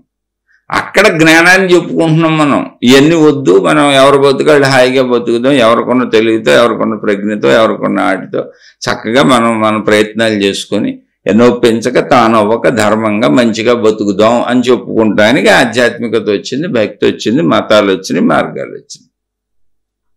కేవలం మంచి కోసం. ఇది భౌతికంగా. మళ్ళీ ఆత్మజ్ఞానం ఏంటంటే, మరి ఆత్మశక్తి ఏంటంటే, మరి నీలో ప్రాణశక్తి ఉందిగా, మనం చచ్చిపోతున్నాంగా. సత్యం, అది శరీరం సత్యం, పుట్టడం సత్యం, శరీరం సత్యం, శరీర ఇంద్రియాలు సత్యం, ఆకలి సత్యం, సుఖాలు సత్యం, అన్ని సత్యమే. ఇందులో దుఃఖాలు నువ్వు తెచ్చుకుంటున్నావు, దుఃఖాలు కూడా సత్యమే, బాధలు కూడా సత్యమే, కానీ మనం తెచ్చుకుంటున్నాం. దుఃఖాలు బాధలు లేకుండా ఉండొచ్చు, సర్దుకొని ఉండాలి. ఎవరిని బాధ పెట్టకూడదు, ఎవరి వలన బాధపడకూడదు. అంటే అందరూ మంచిగా ఉండాలి. ఇక్కడ ఎవరితో పోల్చుకోకూడదు, లేనిపోయిన ఊహలు ఉండకూడదు. ఆ అజ్ఞానాన్ని మాట్లాడుకుంటున్నాం. ఆ అజ్ఞానాన్ని మాట్లాడుకోవటాన్ని జ్ఞానం అని చెబుతున్నాం. ఏంటది? నువ్వు తప్పు చేయకు, నువ్వు పొరపాటు చేయకు, నువ్వు మోసం చేయకు, నువ్వు అన్యాయం చేయకు, నువ్వు అధర్మం చేయకు. ఇది జ్ఞానం అనుకుంటున్నాం మనం. జ్ఞానమే ఉంది, నువ్వు పొరపాట్లు చేయకు అని చెప్పటం. మనిషి అలా ఉండగలడు. ఈ విషయం కుక్కకి చెబితే అర్థం కాదు, జంతువులకు అర్థం కాదు. ఎందుకంటే జంతులోకంలో వాటి విధానం వాటికి దొరికినది ప్రయత్నించుకోవటమే. అయితే జంతువులు మళ్ళీ దాచుకోవాలనుకో, తినేసి దొరికేసి తినేసి ఏదో కరుసుకొని తినేసి కడుపు నిండగానే పడుకుంటూ పోతాయి. ఎక్కడ ఒక చోట విశ్రాంతి తీసుకుంటాయి, నిద్ర వస్తే నిద్రపోతాయి, మళ్ళీ రేపు ప్రయత్నించుకుంటాయి. మనం అలా కాదు, కడుపు నిండిపోయినా ఏదైనా మళ్ళీ మనం నిండు 100 ఏళ్ళు కాదు 1000 ఏళ్ళకి సరిపోను దాద్దామని ట్రై చేస్తాం. అక్కడ ప్రాబ్లం వచ్చింది మనకి. సరే, అదేం తప్పు కాదు, అది కూడా సత్యమే. ఎందుకంటే బతికుంటాంగా 100 ఏళ్ళు కాబట్టి మరి రేపు బతికుంటే కావాలిగా నాకు. అది తప్పు కాదు. ధర్మంగా చేసుకో, మంచిగా చేసుకో, అంతవరకే. శరీరము నిజమే ఎంతవరకు అంటే మరణించే వరకు. శరీర అవసరాలన్నీ నిజమే ఎంతవరకు? మరణించే వరకు. శరీరం ఉంది, ప్రపంచం ఉంది, శారీరక అవసరాలు, శరీరం నిజం, శరీరంలో ఇంద్రియాలు నిజం, శారీరక అవసరాలు నిజం. ఈ శారీరక అవసరాలకు అవసరమైనవన్నీ ప్రపంచంలో ఉన్నాయి, అక్కడి నుంచి తెచ్చుకోవాలనేది నిజం. అలాగే స్త్రీ పురుష కలయికలు, స్త్రీలు ఉన్నారు, పురుషులు ఉన్నారు, ఆకర్షణ ఉంది, తద్వారా సంతానోత్పత్తి, కుటుంబం, సంసారం, జీవితం, ఇదంతా నిజమే. కాబట్టి దీని అంతటికి ధనం అనేది ఉంది, అది కూడా నిజమే. ఇందులో అబద్ధమేమీ లేదు. మరి ఈ నిజాల కోసం మనం ప్రయత్నిస్తున్నప్పుడు జీవితం సాఫీగా మొత్తం కంటిన్యూటీగా గుర్తుండి సాగాలి అంటే మెమరీ ఉండాలి. అంటే నేను ఫలానా అన్న కాడి నుంచి నేనుతో మొదలై నాకు సంబంధించిన సమస్తము నాకు గుర్తుండాలి. అవి ప్రదేశాలు కావచ్చు, సంఘటనలు కావచ్చు, సందర్భాలు కావచ్చు, విషయాలు కావచ్చు, మనుషులు కావచ్చు, వస్తువులు కావచ్చు, సంపదలు కావచ్చు, ఏదైనా కావచ్చు. గుర్తు లేకపోతే నా జీవితం కంటిన్యూ ముందుకు నడవదు. అందుకని సృష్టికి గుర్తు ఉండేలా చేసింది. అదే మనసు. గుర్తే మనసు ఏం లేదు, మెమరీ మనసు. కాబట్టి మనసు నిజమే, మెమరీ లేకపోతే శరీరం కదలదుగా. నేనెవరో నాకు గుర్తుండదు, నా భార్య, పిల్లలు, నా వస్తువులు, నేనే నాకు తెలియకపోతే జీవితం ఎలా వెళ్తుంది? ఇది సృష్టి ఏర్పాటు. కాబట్టి మనసు అబద్ధం కాదు, నిజమే. శరీరం అబద్ధం కాదు, నిజమే. ముందు ఇవన్నీ అబద్ధాలు, భ్రమలనేటువంటి భ్రాంతిలోకి వెళ్ళకండి. అలా ఎవరన్నా ఆధ్యాత్మికతలు చెప్పుకుంటే అలాంటి ఆధ్యాత్మికత వినబాకండి. మీరు పనికిరాని తప్పుడు మార్గాల్లోకి వెళ్ళిపోతారు. తప్పు ఆధ్యాత్మికత అది. ఇవి పచ్చి నిజాలు జీవించాలి. ఇప్పుడు ఈ నిజాల్లోంచి మరణం అన్న దాంతో నువ్వు పూర్తయిపోతున్నావు, నువ్వు లేకుండా పోతున్నావు, నువ్వు అనుకుంటున్నావు. కాబట్టి కాదు, మరణంతో శరీరం పోతుంది, కానీ నీలో మనసు అలాగే ఉంది, ప్రాణశక్తి అలాగే ఉందని చెబుతున్నారు.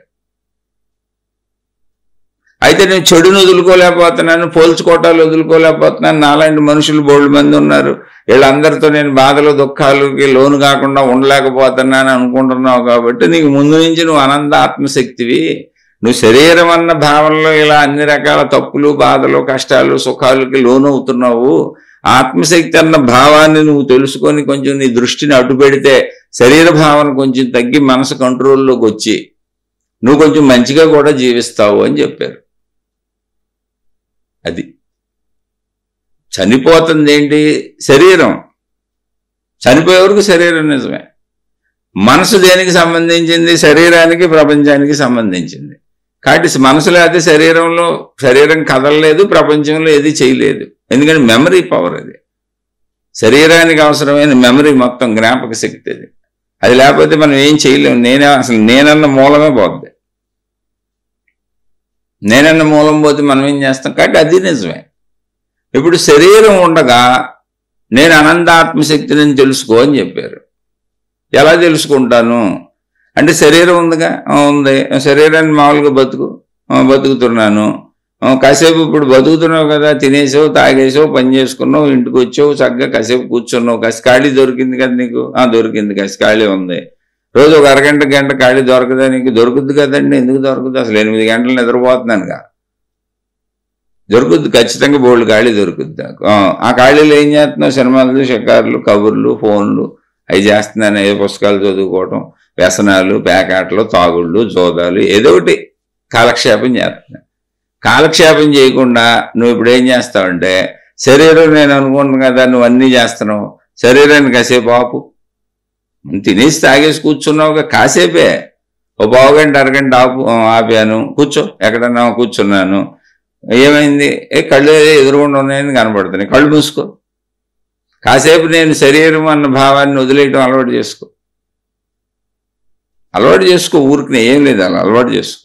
ఎంతసేపు ఊరిన పావుగంట అంతే, మిగిలింది నేను శరీరం అనుకునే జీవించాలి చచ్చే వరకు. అది మారదు. ఇక్కడ సాధనకి ఇది ఊరుకునే, నేను ఆత్మశక్తిని అని తెలుసుకునే సాధనకి కాసేపు అలవాటు చేసుకో, ఊరుకునే అంతే. అది కూడా కాసేపే. మళ్ళీ నేను శరీరం కాదని మొత్తం కాదు, ఆ కాసేపుడికి శరీర భావాన్ని కాసేపు వదిలేయి. ఇప్పుడు ఇల్లు వదిలిపెట్టి ఆఫీస్కి వెళ్ళావా? నా భార్య, నా పిల్లలు, నా ఇల్లు అనుకుంది, కాసేపు వదిలేసి ఆఫీస్కి వెళ్ళావు కదా. వెళ్ళాను, మళ్ళీ ఆఫీస్ అయినాకే వస్తావు కదా. ఈ లోపల వదిలేసావా లేదా? అలా వదిలే కాసేపు అంతే. అలా మనం అన్నీ వదిలేసి నిద్రలోకి కూడా వెళ్ళిపోతాం. మనం కూడా వదిలేసుకొని నిద్రలోకి వెళ్తాం. అలా రోజు ఒకటి వదిలి ఇంకో దానికి, ఒకటి వదిలి ఇంకో దానికి, ఒకటి వదిలి ఇంకో దానికి వెళ్తానే ఉంటాం. మనం మళ్ళీ వెనక్కి దీంట్లోకి వస్తూ ఉంటాం. అలా పనులే మరి లేదు, జరగవు అసలు. అలా కాసేపు ఊరుకునే శరీర భావాన్ని వదులు అంతే తప్ప శరీరం నువ్వే, అందులో అబద్ధమేం లేదు. భావాన్ని వదిలి కూర్చున్నాను, కళ్ళు మూసుకున్నాను, ఆ భావాన్ని కూడా వదులుతున్నాను. శరీరం నేనన్న భావం కొన్నాళ్ళకి పోయింది నాకు. కాసేపు ఆ కూర్చున్న కాసేపు వదలగలుగుతున్నాను. పోవటం ఏంటి, మొత్తం కాదు, ఆ కూర్చున్న కాసేపు. మొత్తం ఎందుకు అవుద్ది? ఇప్పుడు ఆఫీస్కి వెళ్ళి నుండి మొత్తం ఇల్లు వదిలిపెట్టేస్తానా? ఆఫీస్ అవగానే ఇంటికి వస్తాగా. లేదా ఏదో ఊరు వెళ్ళాను, ఆఫీస్ వాళ్ళు పంపారు, ఒక నెల రోజులు క్యాంప్కి వెళ్ళాను, ఇల్లు వదిలిపెట్టి వెళ్ళాను, ఇక మర్చిపోతానా? ఆ క్యాంపులో అక్కడే ఉండిపోతాను, ఇంటికి రానా? సేమ్ అలాగే. అది కరెక్ట్గా అర్థం చేసుకోండి. అపార్థం చేసుకుంటే గజిబిజి అయిపోతుంది. అందుకే సందేహాలు వస్తే అడగండి అని చెబుతాను. ఇది ఆధ్యాత్మిక చదువు అంతే, ఆత్మజ్ఞానం చదువు. అలా కాసేపు సాధన చేస్తున్న కాసేపు శరీరము నేనన్న భావాన్ని వదులు. అలా కొన్నాళ్ళు కూర్చుంటే వదలలేకపోవచ్చు. కొన్ని రోజులు అలాగే అనుకుంటా కూర్చో, ఊరినే ఏం లేదు. వదిలేంటే వదిలేయటం కుదరదు. అదేమన్నా జేబులో రూపాయి బిళ్ళ తీసి పక్కన పారేయటానికి భావం కదా, ఎమ్మటే పోదు. అలా నిదానంగా అనుకుంటా కూర్చో అంతే. పోపైనా ఏం పర్వాలేదు, కొన్ని రోజులు అలా అనుకో. ఇప్పుడు శరీరాన్ని కదపను, శరీరం నేను అన్న భావాన్ని కాసేపు మర్చిపోతాను, కాసేపు వదిలేస్తాను అంతే. ఆ కాసేపే అది వచ్చినాక ఏమవుతుంది? ఇప్పుడు మనసులో కదులుతున్నాయండి ఆలోచనలు, ఆగట్లేదు అసలు. ఆలోచనలు కదిలిపోతున్నాయి. కాసేపు మనసును నేనన్న భావాన్ని వదులు, ఆలోచనలు పట్టుకోబాక. అది కూడా ట్రై చేయమళ్ళీ. మనసును నేను అనే ఆ మనసులో కలుగుతున్న భావాలు శరీరాన్ని కదపాలనిపించేటువంటి భావాలు వస్తాయి కదా, కదపాక అలా కూర్చో. చెప్పుకో, నేను కదపను శరీరాన్ని, మనసును కూడా నేను కదపను. కాసేపు మనసును నేను కాదు, శరీరం నేను కాదు అనుకోవాలనుకుంటున్నాను. నేను ప్రాణశక్తిని అనే భావంలోకి వెళ్ళదలిచాను. ఈ రెండు వదిలితే తప్ప ప్రాణశక్తి ఎలా ఉంటుందో నాకు తెలియదు. ఎందుకంటే శరీరాన్ని నడిపేది, మనసును నడిపేది ప్రాణశక్తి. కానీ అది ఎలా ఉంటుందో నాకు తెలియదు. నాకు తెలుస్తుంది మనసు శరీరమే. కాబట్టి కాసేపు శరీరాన్ని మర్చిపోతే, ఆపితే, కాసేపు మనసుని ఆపితే ప్రాణశక్తి ఎలా ఉంటుందో తెలుస్తుంది నాకు. అది అందుకు సాధన చేస్తుంది. ఆ ప్రాణశక్తినే అనంత ఆత్మశక్తి అన్నారు. అదేం లేదు. నువ్వు ప్రాణశక్తిలోకి వెళ్తే ఆ విషయం నీకు కూడా అర్థమైపోతుంది. ఇలా శరీరాన్ని కాసేపు ఆపి, ఏంటి ఆ శరీర భావాన్ని, జస్ట్ ఆ సాధన కాసేపు, దాన్ని ధ్యానము తపస్సు అంటారు అంతే, ఇంకేం లేదు. ఆపి మనసును ఆపడానికి ప్రయత్నించు. ప్రయత్నం ఏంటి? భావం అనుకోవటమే, బలంగా ఏం చేయక్కర్లే. మీరు భావాన్ని ఆపటం కుదురుద్దేంటి? అనుకుంటూ ఉంటాం, భావం వస్తూ ఉంటుంది, అనుకుంటూ ఉంటాం, భావం వస్తూ ఉంటుంది, అనుకుంటూ ఉంటాం, భావం వస్తూ ఉంటుంది. నెలలకో సంవత్సరాలకో అది బలహీన పడుద్ది ఖచ్చితంగా.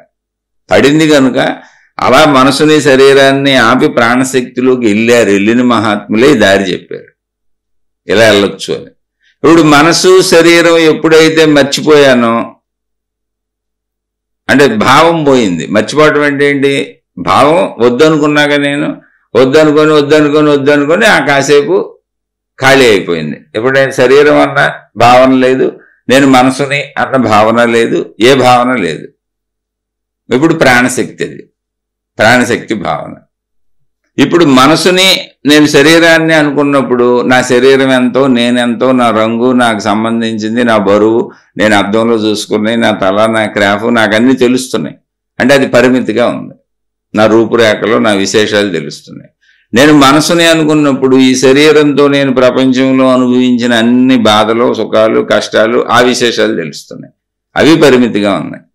ఇప్పుడు నేను శరీరమును మనసును అనే విషయాన్ని మర్చిపోయినప్పుడు, అంటే కాసేపు వద్దు అనుకున్నాక నేను ఇలా నెలలకో సంవత్సరాలకో ఆ వద్దన్న భావాన్ని, ఆ రెండు భావాలని వదిలేసి కాసేపు కూర్చోగలిగినప్పుడు నిశ్శబ్దంగా ఉంది. అక్కడ ఏ ఎంటిటీ లేదు, ఏ పరిమితి లేదు, ఏ విశేషము లేదు. ప్రాణశక్తి అలా ఉంది. ఇప్పుడు అది ఎంత ఉంది నిశ్శబ్దం అంటే? అనంతంగా ఉంది. ఇంత అని పరిమితులు. శరీరానికి అయితే పరిమితి ఉంది. మనసు అయితే మనసులో ఉన్న భావానికి ఒక పరిమితి ఉంది, ఒక రంగు ఉంది, ఒక రుచి ఉంది, ఒక వాసన ఉంది. భావం తెలుసుగా మనకి. మనం చూసిన చెట్టో పుట్టో గొట్టో మనోళ్ళు తినేదో తాగేదో. కానీ ఈ రెండింటిని వదిలేసి ప్రాణశక్తి అన్నప్పుడు, ప్రాణశక్తి ఉంది, శరీర భావం లేదు, మనోభావం లేదు, ఏ భావం కదలటం లేదు. నేను జీవించే ఉన్నాను, నాకు తెలుసు. జీవించే ఉన్నానన్న ఎరుక నాకు తెలుస్తుంది అంతే. ఎరుక ఉంది, స్పృహ ఉంది. ఇప్పుడు ఆ ఎరుక ఎంత ఉంది, స్పృహ ఎంత ఉంది అన్న అసలు ఆలోచనే లేదు. అదే అనంతం అంటే. ఎంత ఉందని కొలత లేదు దానికి. శరీరం అయితే కొలత ఉంది, మనసు అయితే మనసులో ఉన్న భావాన్ని బట్టి కొలత ఉంది, పరిమితి ఉంది. ఖాళీకి కొలత ఎక్కడుంది? మౌనానికి కొలత ఎక్కడుంది? నిశ్శబ్దానికి కొలత ఎక్కడుంది? ప్రశాంతతకి కొలత ఎక్కడుంది? శాంతికి కొలత ఎక్కడుంది? నిశ్చలతకి కొలత ఎక్కడుంది? అందుకని దాన్ని అనంతం అన్నారు. అలా ఉంటుంది ప్రాణశక్తి. ప్రాణశక్తిలోకి వెళ్ళినప్పుడు సర్వవ్యాపక భావన కలుగుద్ది. దీనికి మీకు దగ్గర పోలిక కావాలి, ఇది ఎలా ఉంటుంది తెలియాలి అంటే దాన్ని మళ్ళీ సృష్టి మన ఏ మోసము చేయలే, అన్ని మనలోనే పెట్టింది, మన శరీరంలోనే బోధలోనే ఉన్నాయి. గాఢ నిద్రాస్థితిలో ఎలా ఉందో అలా ఉంటుంది.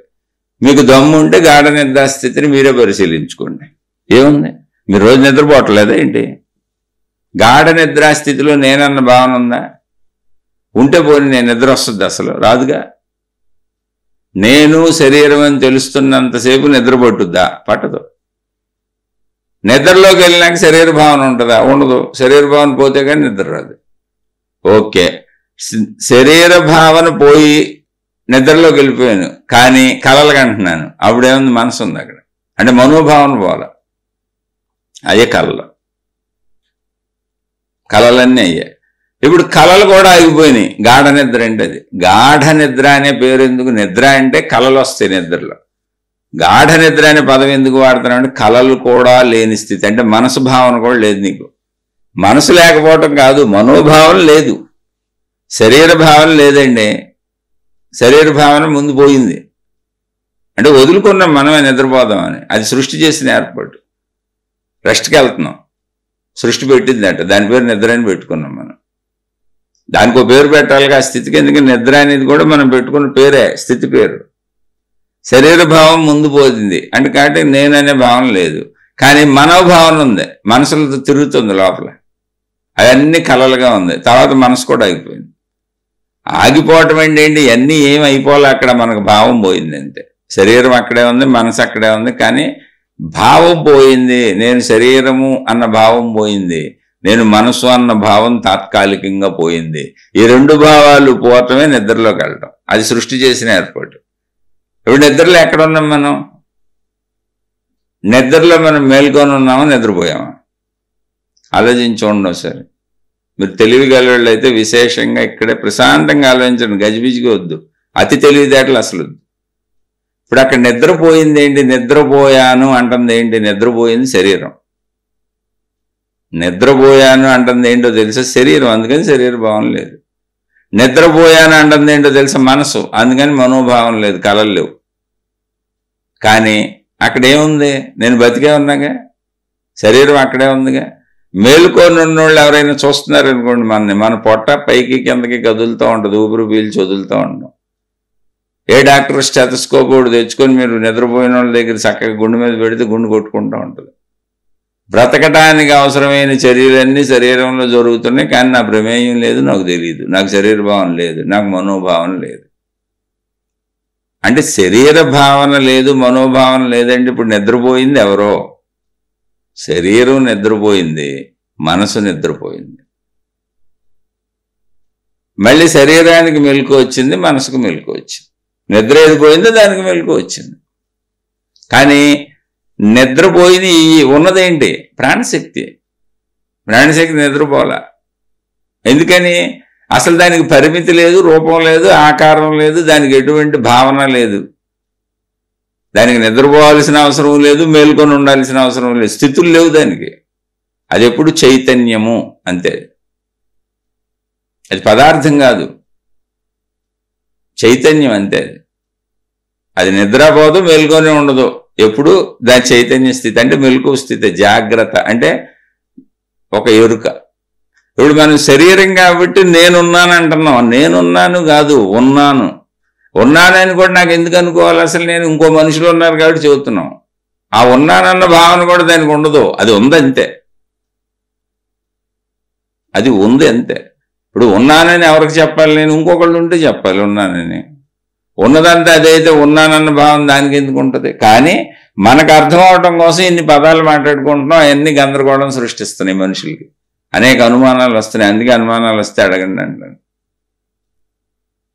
ఇక్కడ నిద్రపోయింది శరీరము, నిద్రపోయింది మనసు, ప్రాణశక్తి అలాగే ఉంది. కనుకనే శరీరం చక్కగా ఊపిరి పీల్చుకొని అవయవాలన్నీ పనిచేస్తున్నాయి. ప్రాణశక్తి చైతన్యవంతంగా జాగృతంగా చక్కగా హాయిగా ఉంది. అది ప్రాణశక్తి ఎప్పుడు అలాగే ఉంటుంది, అది చైతన్యం. మరి శరీరం చనిపోవటం ఏంటండి?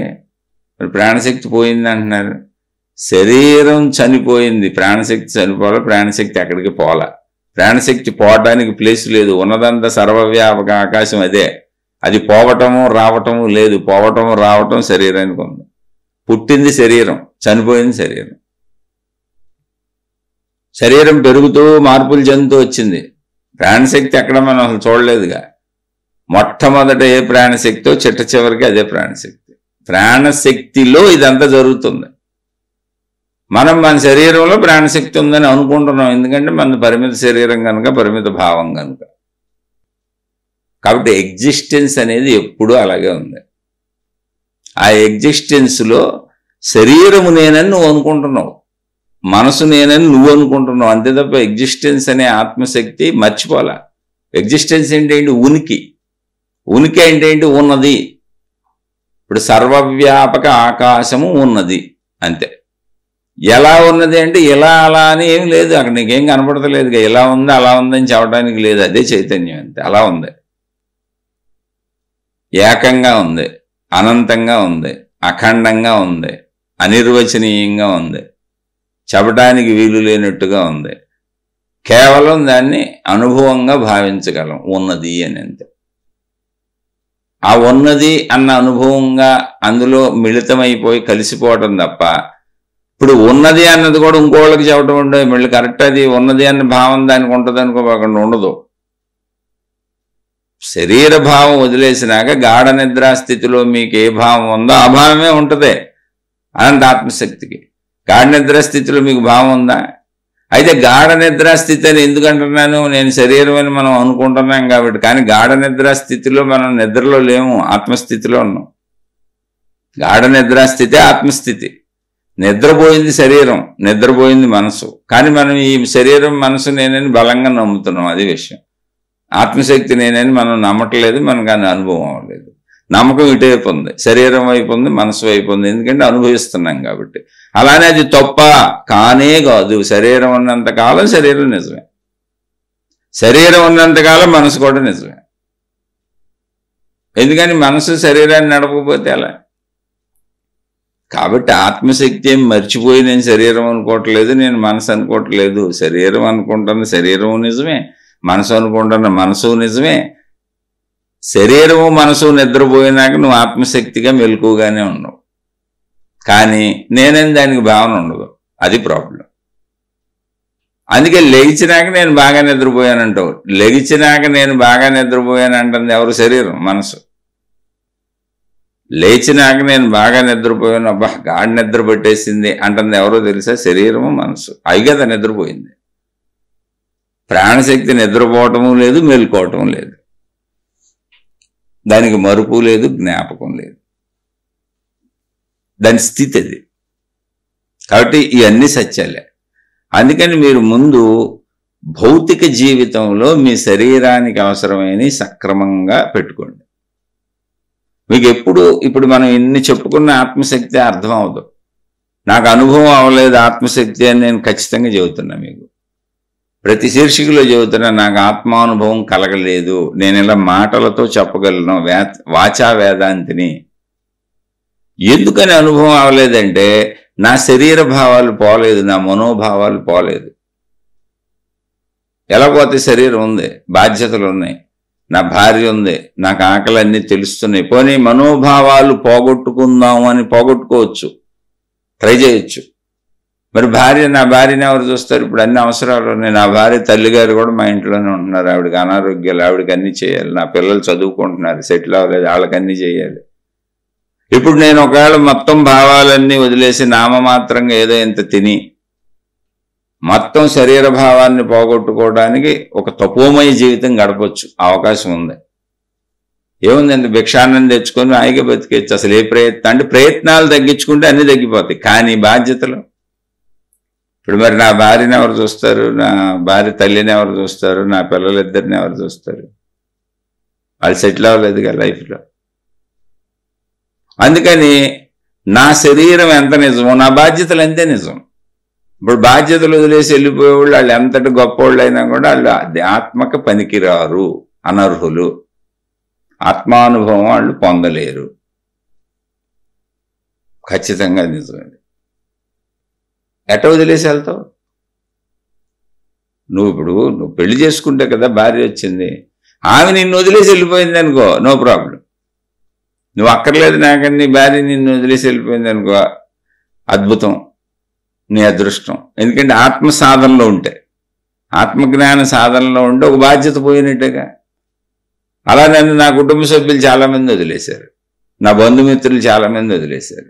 జీవితకాలం మౌనం అందుకే పెట్టుకున్నా. ఇప్పుడు నాకు బోల్డ్ మంది ఉన్నారు, మీకు ఎంతమంది చుట్టాలు ఉంటారు? అంటే మన సొంత భార్య భర్త పిల్లలు కాకుండా మన జీవితాల్లో ఎంతమంది ఉంటారు? అన్నదమ్ములు, అక్క చెల్లెళ్ళు, తల్లిదండ్రులు, అత్తమామలు, ఇలా ఎంతమంది ఉంటారు? చూడండి, ఊరుకునే బంధువులు వందల్లో ఉంటారు. ఇక పరిచయస్తులు, స్నేహితులతో తీసుకుంటే వేలల్లో ఉంటారు. నాకైతే వేలల్లో ఉన్నారు. ఎందుకంటే నేను చాలా భారీ ఎత్తుదా అంటూ ఉన్నా, అన్నీ చెప్పినా కూడా కుదరదు. ఇప్పుడు వ్యాపారాలు కానీ పనులు కానీ చాలా భారీ దాంట్లో వచ్చా. కాకపోతే వాళ్ళందరూ నేను అక్కర్లేదని వదిలేశారు, మీతో మాకేం పని లేదని. సరే, నాతో మీకేం పని లేనప్పుడు బాగుంది, ఏముంది లేని మౌనం పెట్టుకున్నా. అంటే అది సంఘర్షణల్లోంచి వచ్చింది, ఆధ్యాత్మికత కోసం పెట్టుకోవాలా. సంఘర్షణలు వచ్చినాయి, నీతో పని లేదని ఘర్షణలు వచ్చినాయి. నువ్వెంత ఆఫ్టర్ ఆల్ గొట్టంగాడు అని. ఆయన గొట్టంగాడినే, కానీ మీరు మొత్తం అంతా మా వాళ్ళే, మళ్ళీ అందరూ తెలిసిన వాళ్ళే. ఇప్పుడు ఏం జరిగింది మీ మధ్య అంటే, ఇప్పుడు నేను వందల వేల మందికి మళ్ళీ ఈ స్టోరీలన్నీ చెప్పాలి. ఎవరి గురించి చెప్పను? ఎవరు తప్పు ఉంది? ఎవరైనా ఎవరి ఇష్టం వచ్చినట్టు వాళ్ళు ఉండొచ్చు, ఎవరి తప్పు లేదు ఇక్కడ. అందుకని నేనే మౌనం పెట్టుకున్నా. వాళ్ళు నన్ను వదిలేశారు కాబట్టి నాకు ఇబ్బంది లేదంటున్నా. అక్కడే పాపం లేదు, ఏ దుశ్చర్య లేదు, ఏ దుర్మార్గం లేదు. నువ్వే అక్కర్లేదు అన్నారు. నువ్వు ఆఫ్టర్ ఆల్ గొట్టంగాడి, మా ముందు నువ్వెంత, మా రేంజ్ కనుక నువ్వు సరిపోయాడు కాదు. నువ్వు ఆఫ్టర్ ఆల్ గొట్టం, ఇంటర్ గూడు పడిపోయినంత, నువ్వు ఉంటే అంత, పోతే అంత. నువ్వు ఉండాలంటే ఇలా మా కాలు కింద, చెప్పు కింద తేలిలాగా ఉండాలన్నారు. అది నీకు ఆ కర్మ దరిద్రం ఉంటే ఉండు మా దగ్గర అన్నారు. ఎందుకు లేండి బాబు, మీకు నమస్కారం, నేను మీకు అక్కర్లేనప్పుడు పెద్ద విశేషం ఏముంది, నేను మౌనం పెట్టుకుంటాను. అలా మన వదిలేస్తే పర్వాలేదు, అలా భార్య కూడా వదిలేసి వెళ్ళిపోయింది, పిల్లలు కూడా వదిలేసి వెళ్ళిపోయారు అనుకో, అప్పుడు మనకు ప్రాబ్లం లేదు. ఎందుకంటే వాళ్ళు వదిలేశారుగా. నా మనసు ఏం పీక్కోదు, ఎందుకంటే నాకు మనసు ఉంది, శరీరం ఉంది. నా మనసు పీక్కోదు, నా శరీరం పీక్కోదు. ఇప్పుడు నన్ను మిగిలిన వాళ్ళు వదిలేశారు, నా మనసు శరీరం పీక్కోవు, ఎందుకని వాళ్ళు వదిలేశారు నన్ను. ఒకవేళ నువ్వు మాతోనే ఉండాలంటే నువ్వు జీవితకాలం మొత్తం మేము చెప్పినట్టు వినాలి, మా చెప్పు కింద తేలిలాగా ఉండాలి. మేము ఒకసారి ఇలా తొక్కుతూ ఉంటాం, లేపుతూ ఉంటాం, తొక్కుతూ ఉంటాం, లేపుతూ ఉంటాం. మేము ఫుట్బాల్ కోర్టులో ఫుట్బాల్తో ఆడుకున్నట్టు నిన్ను ఆడుకుంటూ ఉంటాం, మా ఇష్టం. మాకు తగ్గట్టుగా నువ్వు ఉండాలి. వాళ్ళు తప్పు చేశారని కాదు, మరి వాళ్ళకి అనుకూలంగా ఉండాలి కదా. ఎదుటి వాళ్ళతో ఉన్నప్పుడు వాళ్ళేం తప్పులు చేస్తున్నారని కాదు, వాళ్ళ జీవితం, వాళ్ళ ఇష్టాలు, వాళ్ళ కోరికలు అవన్నీ ఉంటాయి కదా. వాటికి అనుగుణంగా మేము ఇంత అంతా ఉంటాం, మా కోరికలకు తగ్గట్టుగా అంతా ఉంటాం, బాగుంది అన్నట్టు. నువ్వు అలా ఉండగలిగితే మా దగ్గర ఉండు అన్నారు. వదిలేండి సార్ ఇవన్నీ ఎందుకు, నమస్కారం అన్న. వాళ్ళకి నేను అక్కర్లేదు కాబట్టి. అలాగే భార్య పిల్లలు కూడా నువ్వు అక్కర్లేదు నాన్న వదిలేశారు అనుకో, నువ్వు అక్కర్లేదు, ఈ దరిద్రపు మొగుడని వదిలేశారు, గొడవ లేదు కాదు. ఇప్పుడు మరి నువ్వు చూడాలి మమ్మల్ని, మాకేం దిక్కు లేదు, మమ్మల్ని చూసి వచ్చేవాళ్ళు ఎవరన్నారు, నువ్వేదేంత అన్నం పెట్టి మమ్మల్ని గడిగట్టించు అన్నారు. వాళ్ళు నా భార్య వాళ్ళ తల్లిగారు కూడా వచ్చారు, ఆమెను చూసే దిక్కు లేదు. మరి ఇప్పుడు నేను ఉండాలిగా, మరి నా మనసు నాకు లాగుతుందిగా, నేను చేయాల్సినవి చేయాలిగా, ఎవరైనా చేయాలి. కాదని వదిలేసి వెళ్ళిపోయి ఇప్పుడు అనుకుందాం, ఊరికి ఊహకు అనుకుందాం, వదిలేసి నాకు ఆత్మజ్ఞానం తెలుసు, నేను ఆధ్యాత్మిక సాధన చేసుకోగలను, ఇంత భిక్షాన్నం తీసుకొని బాధ్యతలన్నీ తప్పించు కూడా బతికేయగలను నేను. నా మనసు అప్పుడప్పుడు చెప్పుద్ది, దానికి నేను చెబుతా ఉంటా తప్పిదని. నిన్నాళ్ళు వదిలితే ఓకే, ఎందుకంటే వదిలేశారు చాలామంది కాబట్టి ఓకే, అందులో నీ తప్పేం లేదు. అంటే మనసు వదిలేసింది, వాళ్ళు వదిలేసినప్పుడు మనకేంటని, మన తప్పు ఒప్పు బంధం మనసులో ఉంటుంది. పండిపోయినటువంటి పండు చెట్టును వదిలేస్తుంది. పండిపోయినటువంటి పండుని చెట్టు కూడా వదిలేస్తుంది. రెండు ఒకదాన్ని ఒకటి వదిలేసుకుంటే, ఎందుకంటే పండిపోవడం జరిగింది. అలా కొన్ని బంధాలు మనం వదిలేస్తాయి. అప్పుడు ఆ బంధాలను మన మనసు కూడా వదిలేస్తుంది. కానీ మరి వదలని బంధాలను మనం బలవంతంగా వదిలినప్పుడు మనకు నేను తప్పు చేస్తున్నానని తెలుస్తుందిగా. అది అందుకని నువ్వు మోక్షానికి వెళ్ళలేవు. తప్పు చేసి మోక్షానికి వెళ్ళాలితో తప్పు చేశానని తెలుసుగా. నేను ఇంటికాడు భార్యను వదిలిపెట్టి వచ్చేసాను, పిల్లల్ని వదిలిపెట్టి వచ్చేసాను, భర్తను వదిలిపెట్టి వచ్చేసాను, బాధ్యతలు వదిలిపెట్టి వచ్చేసాను, చావు బతుకులు వాళ్ళని వదిలిపెట్టి వచ్చేసాను, వాళ్ళకి తిండి తిప్పలు లేవు అన్నప్పుడు నువ్వు వెళ్ళిపో. ఎక్కడ కూర్చున్నా నీ మనసు నేను చంపుద్దుగా. ఎందుకు అంత గొడవ ఎందుకు? చక్కగా హాయిగా నీ పనులు నువ్వు చేసుకుంటూ రోజు ఒక అరగంట గంట సాధన చేసుకో.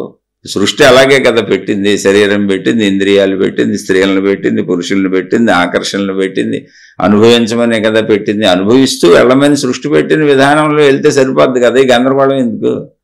అందుకే ఆ విధానంలో తప్పకుండా ధర్మము మంచి అని చెప్పారు. ఆ ధర్మం మంచిలో జీవించుకుంటూ వెళ్ళిపోదాం. బాధ్యతలు ఇప్పుడు బోల్డ్ మంది వదిలేశారు నన్ను. ఏదో ఒక రోజుకి పిల్లలు సెటిల్ అవుతారు, వాళ్ళ కుటుంబాలు వస్తే వాళ్ళే వదిలేస్తారు, నన్ను అవసరం ఉండదు. ఏదో భార్య ఉంటుంది, ఇప్పుడున్న భార్య మేము పెద్ద విశేషం ఏమి లేదు. ఆమె నాకు ఎంత వండి పెట్టుద్ది, నేను ఎంత ఏదో ఆమె చెప్పిన సరుకులు తెచ్చి పెడతాను తప్ప వృద్ధాప్యం వచ్చినాక ఏముంటుంది? ఇంకా ఉన్నేదో మా ఆయన పాపం ఆయన బాగుంటే బాగుండని ఆమె అనుకుంటుంది, ఆరోగ్యంగా ఉంటే బాగుండని. ఏదో భార్య కదా ఆరోగ్యంగా ఉంటే నాకు కూడా బాగుంటుంది, ఏమో మళ్ళీ లేకపోతే ఆమెకు అనారోగ్యాలు అయినా నేను సేవలు చేయాలి కాబట్టి బాగుంటే బాగుండు అనుకుంటా. ఎందుకని బాధ్యతలు నేను చేయాలి కాబట్టి. అంతకు మించి ఏముంటుంది? వృద్ధాప్యంలోకి వెళ్ళిపోతుంటే ఆటోమేటిక్గా శారీరక సుఖాలని కోరికలని తగ్గిపోతూనే ఉంటాయి కదా. ఇవన్నీ తగ్గిపోతున్నప్పుడు బంధాలు ఇవన్నీ కూడా నామమాత్రంగా వెళ్తూ ఉంటాయి. బంధాలు ఉంటాయి కానీ బాధ్యతలు చేయవలసినవి తగ్గిపోతూ ఉంటాయి. ఏదైనా వండుకుంటాం, తింటాం, ఉంటాం, అయిపోద్ది. అప్పుడు సాధన మొత్తం చేసుకోవచ్చు, ఎంతకాలమైనా సాధన చేసుకోవచ్చు, ఎలాంటి సాధన అయినా చేసుకోవచ్చు. కాదు ఇది వదిలిపెట్టి వెళ్ళిపోవచ్చు. ఇంత భిక్షాన్నం ఎవరిని అడిగినా ఏ ఊళ్ళైనా పెడతారు, ఆ చెట్టు కింద పడుకోవచ్చు. అది గొప్ప విషయం కాదు, కానీ మనసు పీడిస్తుందిగా నువ్వు వదిలేసేవని. అందుకని ఎవరి ధర్మములు వాళ్ళు నిర్వర్తించాలి. మనసు నిజం, శరీరం నిజం. అందుకని ధర్మంలో వెళ్ళేవాడే దాన్ని పొందగలుగుతాడు. అలా వెళుతూ కొంత సాధన చేసుకోండి. ఆత్మశక్తికి మర్చిపోవడం అనేది ఉండదు. మీకు అర్థం కాదు మళ్ళీ అడగండి, మళ్ళీ చెబుతాను. నాకు అర్థమైనంత వరకు మీ ప్రశ్నని ఇప్పుడు ఈ శీర్షిక చెబుతున్నప్పుడు నాకు అనిపించినంత వరకు చెప్పాను. ఒకవేళ మీకు అర్థం కాలేదు నేను చెప్పింది అంటే మీకు సబబుగా చక్కగా క్లారిటీగా అర్థం కాలేదు, మళ్ళీ మీకు ఏం అర్థం కాలేదు దాన్ని స్పష్టంగా మళ్ళీ ప్రశ్న రూపంలో అడగండి, మళ్ళీ చెప్పే ప్రయత్నం చేస్తాను. శరీరంతో ఉండగా శరీరం నిజం, మరణించే వరకు శరీరం ఉన్నంత వరకు మనసు నిజం. శరీరం మరణించినా మనసు ఉంటే మళ్ళీ పునర్జన్మ తీసుకుంటాం. ఎందుకంటే ఆలోచనలో భావాలు శరీరం నేనన్న భావం ఉంది కాబట్టి శరీరం ఉండగానే కాసేపు శరీర భావాలను ఆపి, కాసేపు మనోభావాలను ఆపి, నిద్రలో ఎలా అయితే శరీరం నిద్రపోయి మనసు నిద్రపోయినప్పుడు ప్రాణశక్తితో మేల్కొనే ఉన్నాం మనం, కానీ దాన్ని నిద్ర అనుకుంటున్నాం. ఎందుకంటే నిద్రపోతుంది శరీరము మనసు. మనం శరీరము మనసు నేనే అనుకుంటున్నాం కాబట్టి నిద్రపోయింది నేనే అనుకుంటున్నాం. కానీ నిద్రలో ప్రాణశక్తి మేల్కొనే ఉంది. అప్పుడు ఎలా ఉందో చూడండి. ఎలా ఉంది? నిశ్చలంగా ఉంది, నిర్మలంగా ఉంది, ఎంత ఉందో తెలియదు, ఏ భావం లేదు, అభావంగా ఉంది. అలా అని బతికిలేదా అంటే చక్కగా బతుకుంది శరీరం, పొద్దునే లేస్తున్నాంగా. అలా మనం కూర్చున్నప్పుడు కూడా ప్రాణశక్తిలోకి వెళ్తే అలాగే ఉంటుంది. నిద్రలో సుఖంగా ఉందా దుఃఖంగా ఉందా చూడండి. నా శరీరాన్ని మర్చిపోయాను, మనసును మర్చిపోయాను, సుఖంగా ఉందా దుఃఖంగా ఉందా? సుఖంగానే ఉంది. నిద్ర సుఖంగా ఉంటుంది కాబట్టి అందరూ నిద్రపోవడానికి ట్రై చేస్తారు. నిద్ర రాకపోతే స్లీపింగ్ పిల్స్ వేసుకు మరీ పడుకుంటారు. అంటే నిద్ర సుఖంగా హాయిగా ఆనందంగా ఉంటుంది. దాన్నే ప్రాణశక్తిని మనం మెలకువలో తెలుసుకున్నప్పుడు ఆ సాధన మెలకువలో చేయగలిగి మనంతట మనం శరీరాన్ని వదిలి, అంటే సృష్టి చేసినటువంటి నిద్ర ఏర్పాటు కాకుండా మనంతట మనం శరీరాన్ని వదిలి మనసును వదిలి ప్రాణశక్తిలోకి, నిద్రలో ప్రాణశక్తి మేల్కొనే ఉంది, ముందే చెబుతున్నా, నిద్రపోయింది శరీరం మనసు. అలా మనం మెలకువలో శరీరాన్ని వదిలి మనసును వదిలి ప్రాణశక్తిలోకి నిద్రాస్థితిలోకి వెళ్ళినట్టుగా రాగలిగితే అప్పుడు దాన్ని ఆత్మానందము, సచ్చిదానందము, పరమానందము అన్నారు. ఎందుకని నిద్రాస్థితి ఆనందంగానే ఉందిగా మనకి, అది మెలకువలో వచ్చింది. ఆ ఆనందానికి కార్యకారణ సంబంధం ఉండదు, వస్తువులు ఉండవు, ఏమీ ఉండవు, అది ఆనందంగా ఉందంతే. నిద్రలో ఎలా ఉందో అలాగే ఉంటుంది ఇక్కడ కూడా. అర్థం చేసుకోండి. అర్థం కాకపోతే మళ్ళీ తప్పకుండా అడిగే ప్రయత్నం చేయండి. ఇలా ఆత్మ గురించి, ఆత్మజ్ఞానం గురించి ఆధ్యాత్మిక చదువుకుంటూ, నేను ఆధ్యాత్మిక చదువుకుంటున్నాను, నేను సాధన చేసుకుంటున్నాను, కాస్త మంచి నేర్చుకుంటున్నాను, దీని మొత్తం లక్ష్యం ఏంటో చెప్పనండి. ఏమి లేదు, జీవితంలో ముందు మంచిగా బతకటం, జీవిత ఆఖరికి చరమాంకానికి నేను అనంత ఆత్మశక్తిని అని తెలుసుకునే ప్రయత్నం చేయటం, వీలైతే పొందటం. కానీ ముందు బేసిక్ మంచి లేకుండా ఇది రాదు. కాబట్టి నేను మంచిగా ఉందాం అనుకుంటున్నాను, గుణమార్పు చేసుకుందాం అనుకుంటున్నాను, ఈ ఆత్మజ్ఞాన ఆధ్యాత్మిక చదువుకుందాం అనుకుంటున్నాను అనుకొని సాధన చేస్తున్న వాళ్ళు మాత్రమే సందేహాలను అడగండి. మిగిలిన వాళ్ళు అడగకండి. అడిగినా ఉపయోగం లేదు. నేనైతే చెప్తాను, చెప్పినా మీకేం ఉపయోగపడదు. ఎందుకంటే సాధన చేయని వాళ్ళకి, మంచిలోకి వెళ్ళని వాళ్ళకి దీనివల్ల ఉపయోగం లేదు. ఆత్మశక్తిని గ్రహించలేరు. నేను అనంత ఆత్మశక్తిని అనే విషయాన్ని ఎప్పటికీ గ్రహించలేరు. కేవలం మంచివాళ్ళు మాత్రమే దాన్ని గ్రహించగలుగుతారు. అందుకని ముందు మంచిగా ఉండడానికి ప్రయత్నించండి. శుభమస్తు. మరలా మరొక కొత్త శీర్షికతో కలుసుకుందాం. మీ అభిప్రాయాలను కామెంట్ల రూపంలో తెలియచేయండి. మీ సందేహాలను ప్రశ్నల రూపంలో అడిగే ప్రయత్నం చేయండి. నేను అతి సామాన్యుడను. ఏదో నాకు తెలిసిని నేను చదువుకుంటున్న విషయాలు మీకు అప్పచెబుతున్నాను. ఇది ఆధ్యాత్మిక చదువు.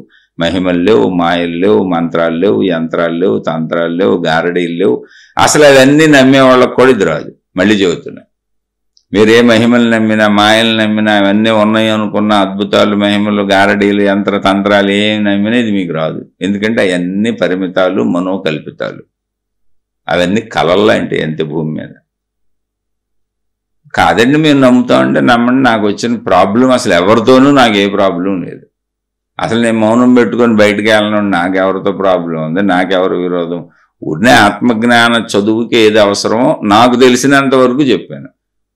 అందులో మంచి ఉంటే తీసుకోండి, చెడు ఉంటే వదిలేయండి. నేను తప్పు చెప్పాను అనుకుంటే దయించి నన్ను క్షమించండి. నేను సామాన్యుడిని. శుభమస్తు. మీకు, మీ కుటుంబ సభ్యులకు మేలు చేకూరుగాక. మరలా మరొక కొత్త శీర్షికతో కలుసుకుందాం.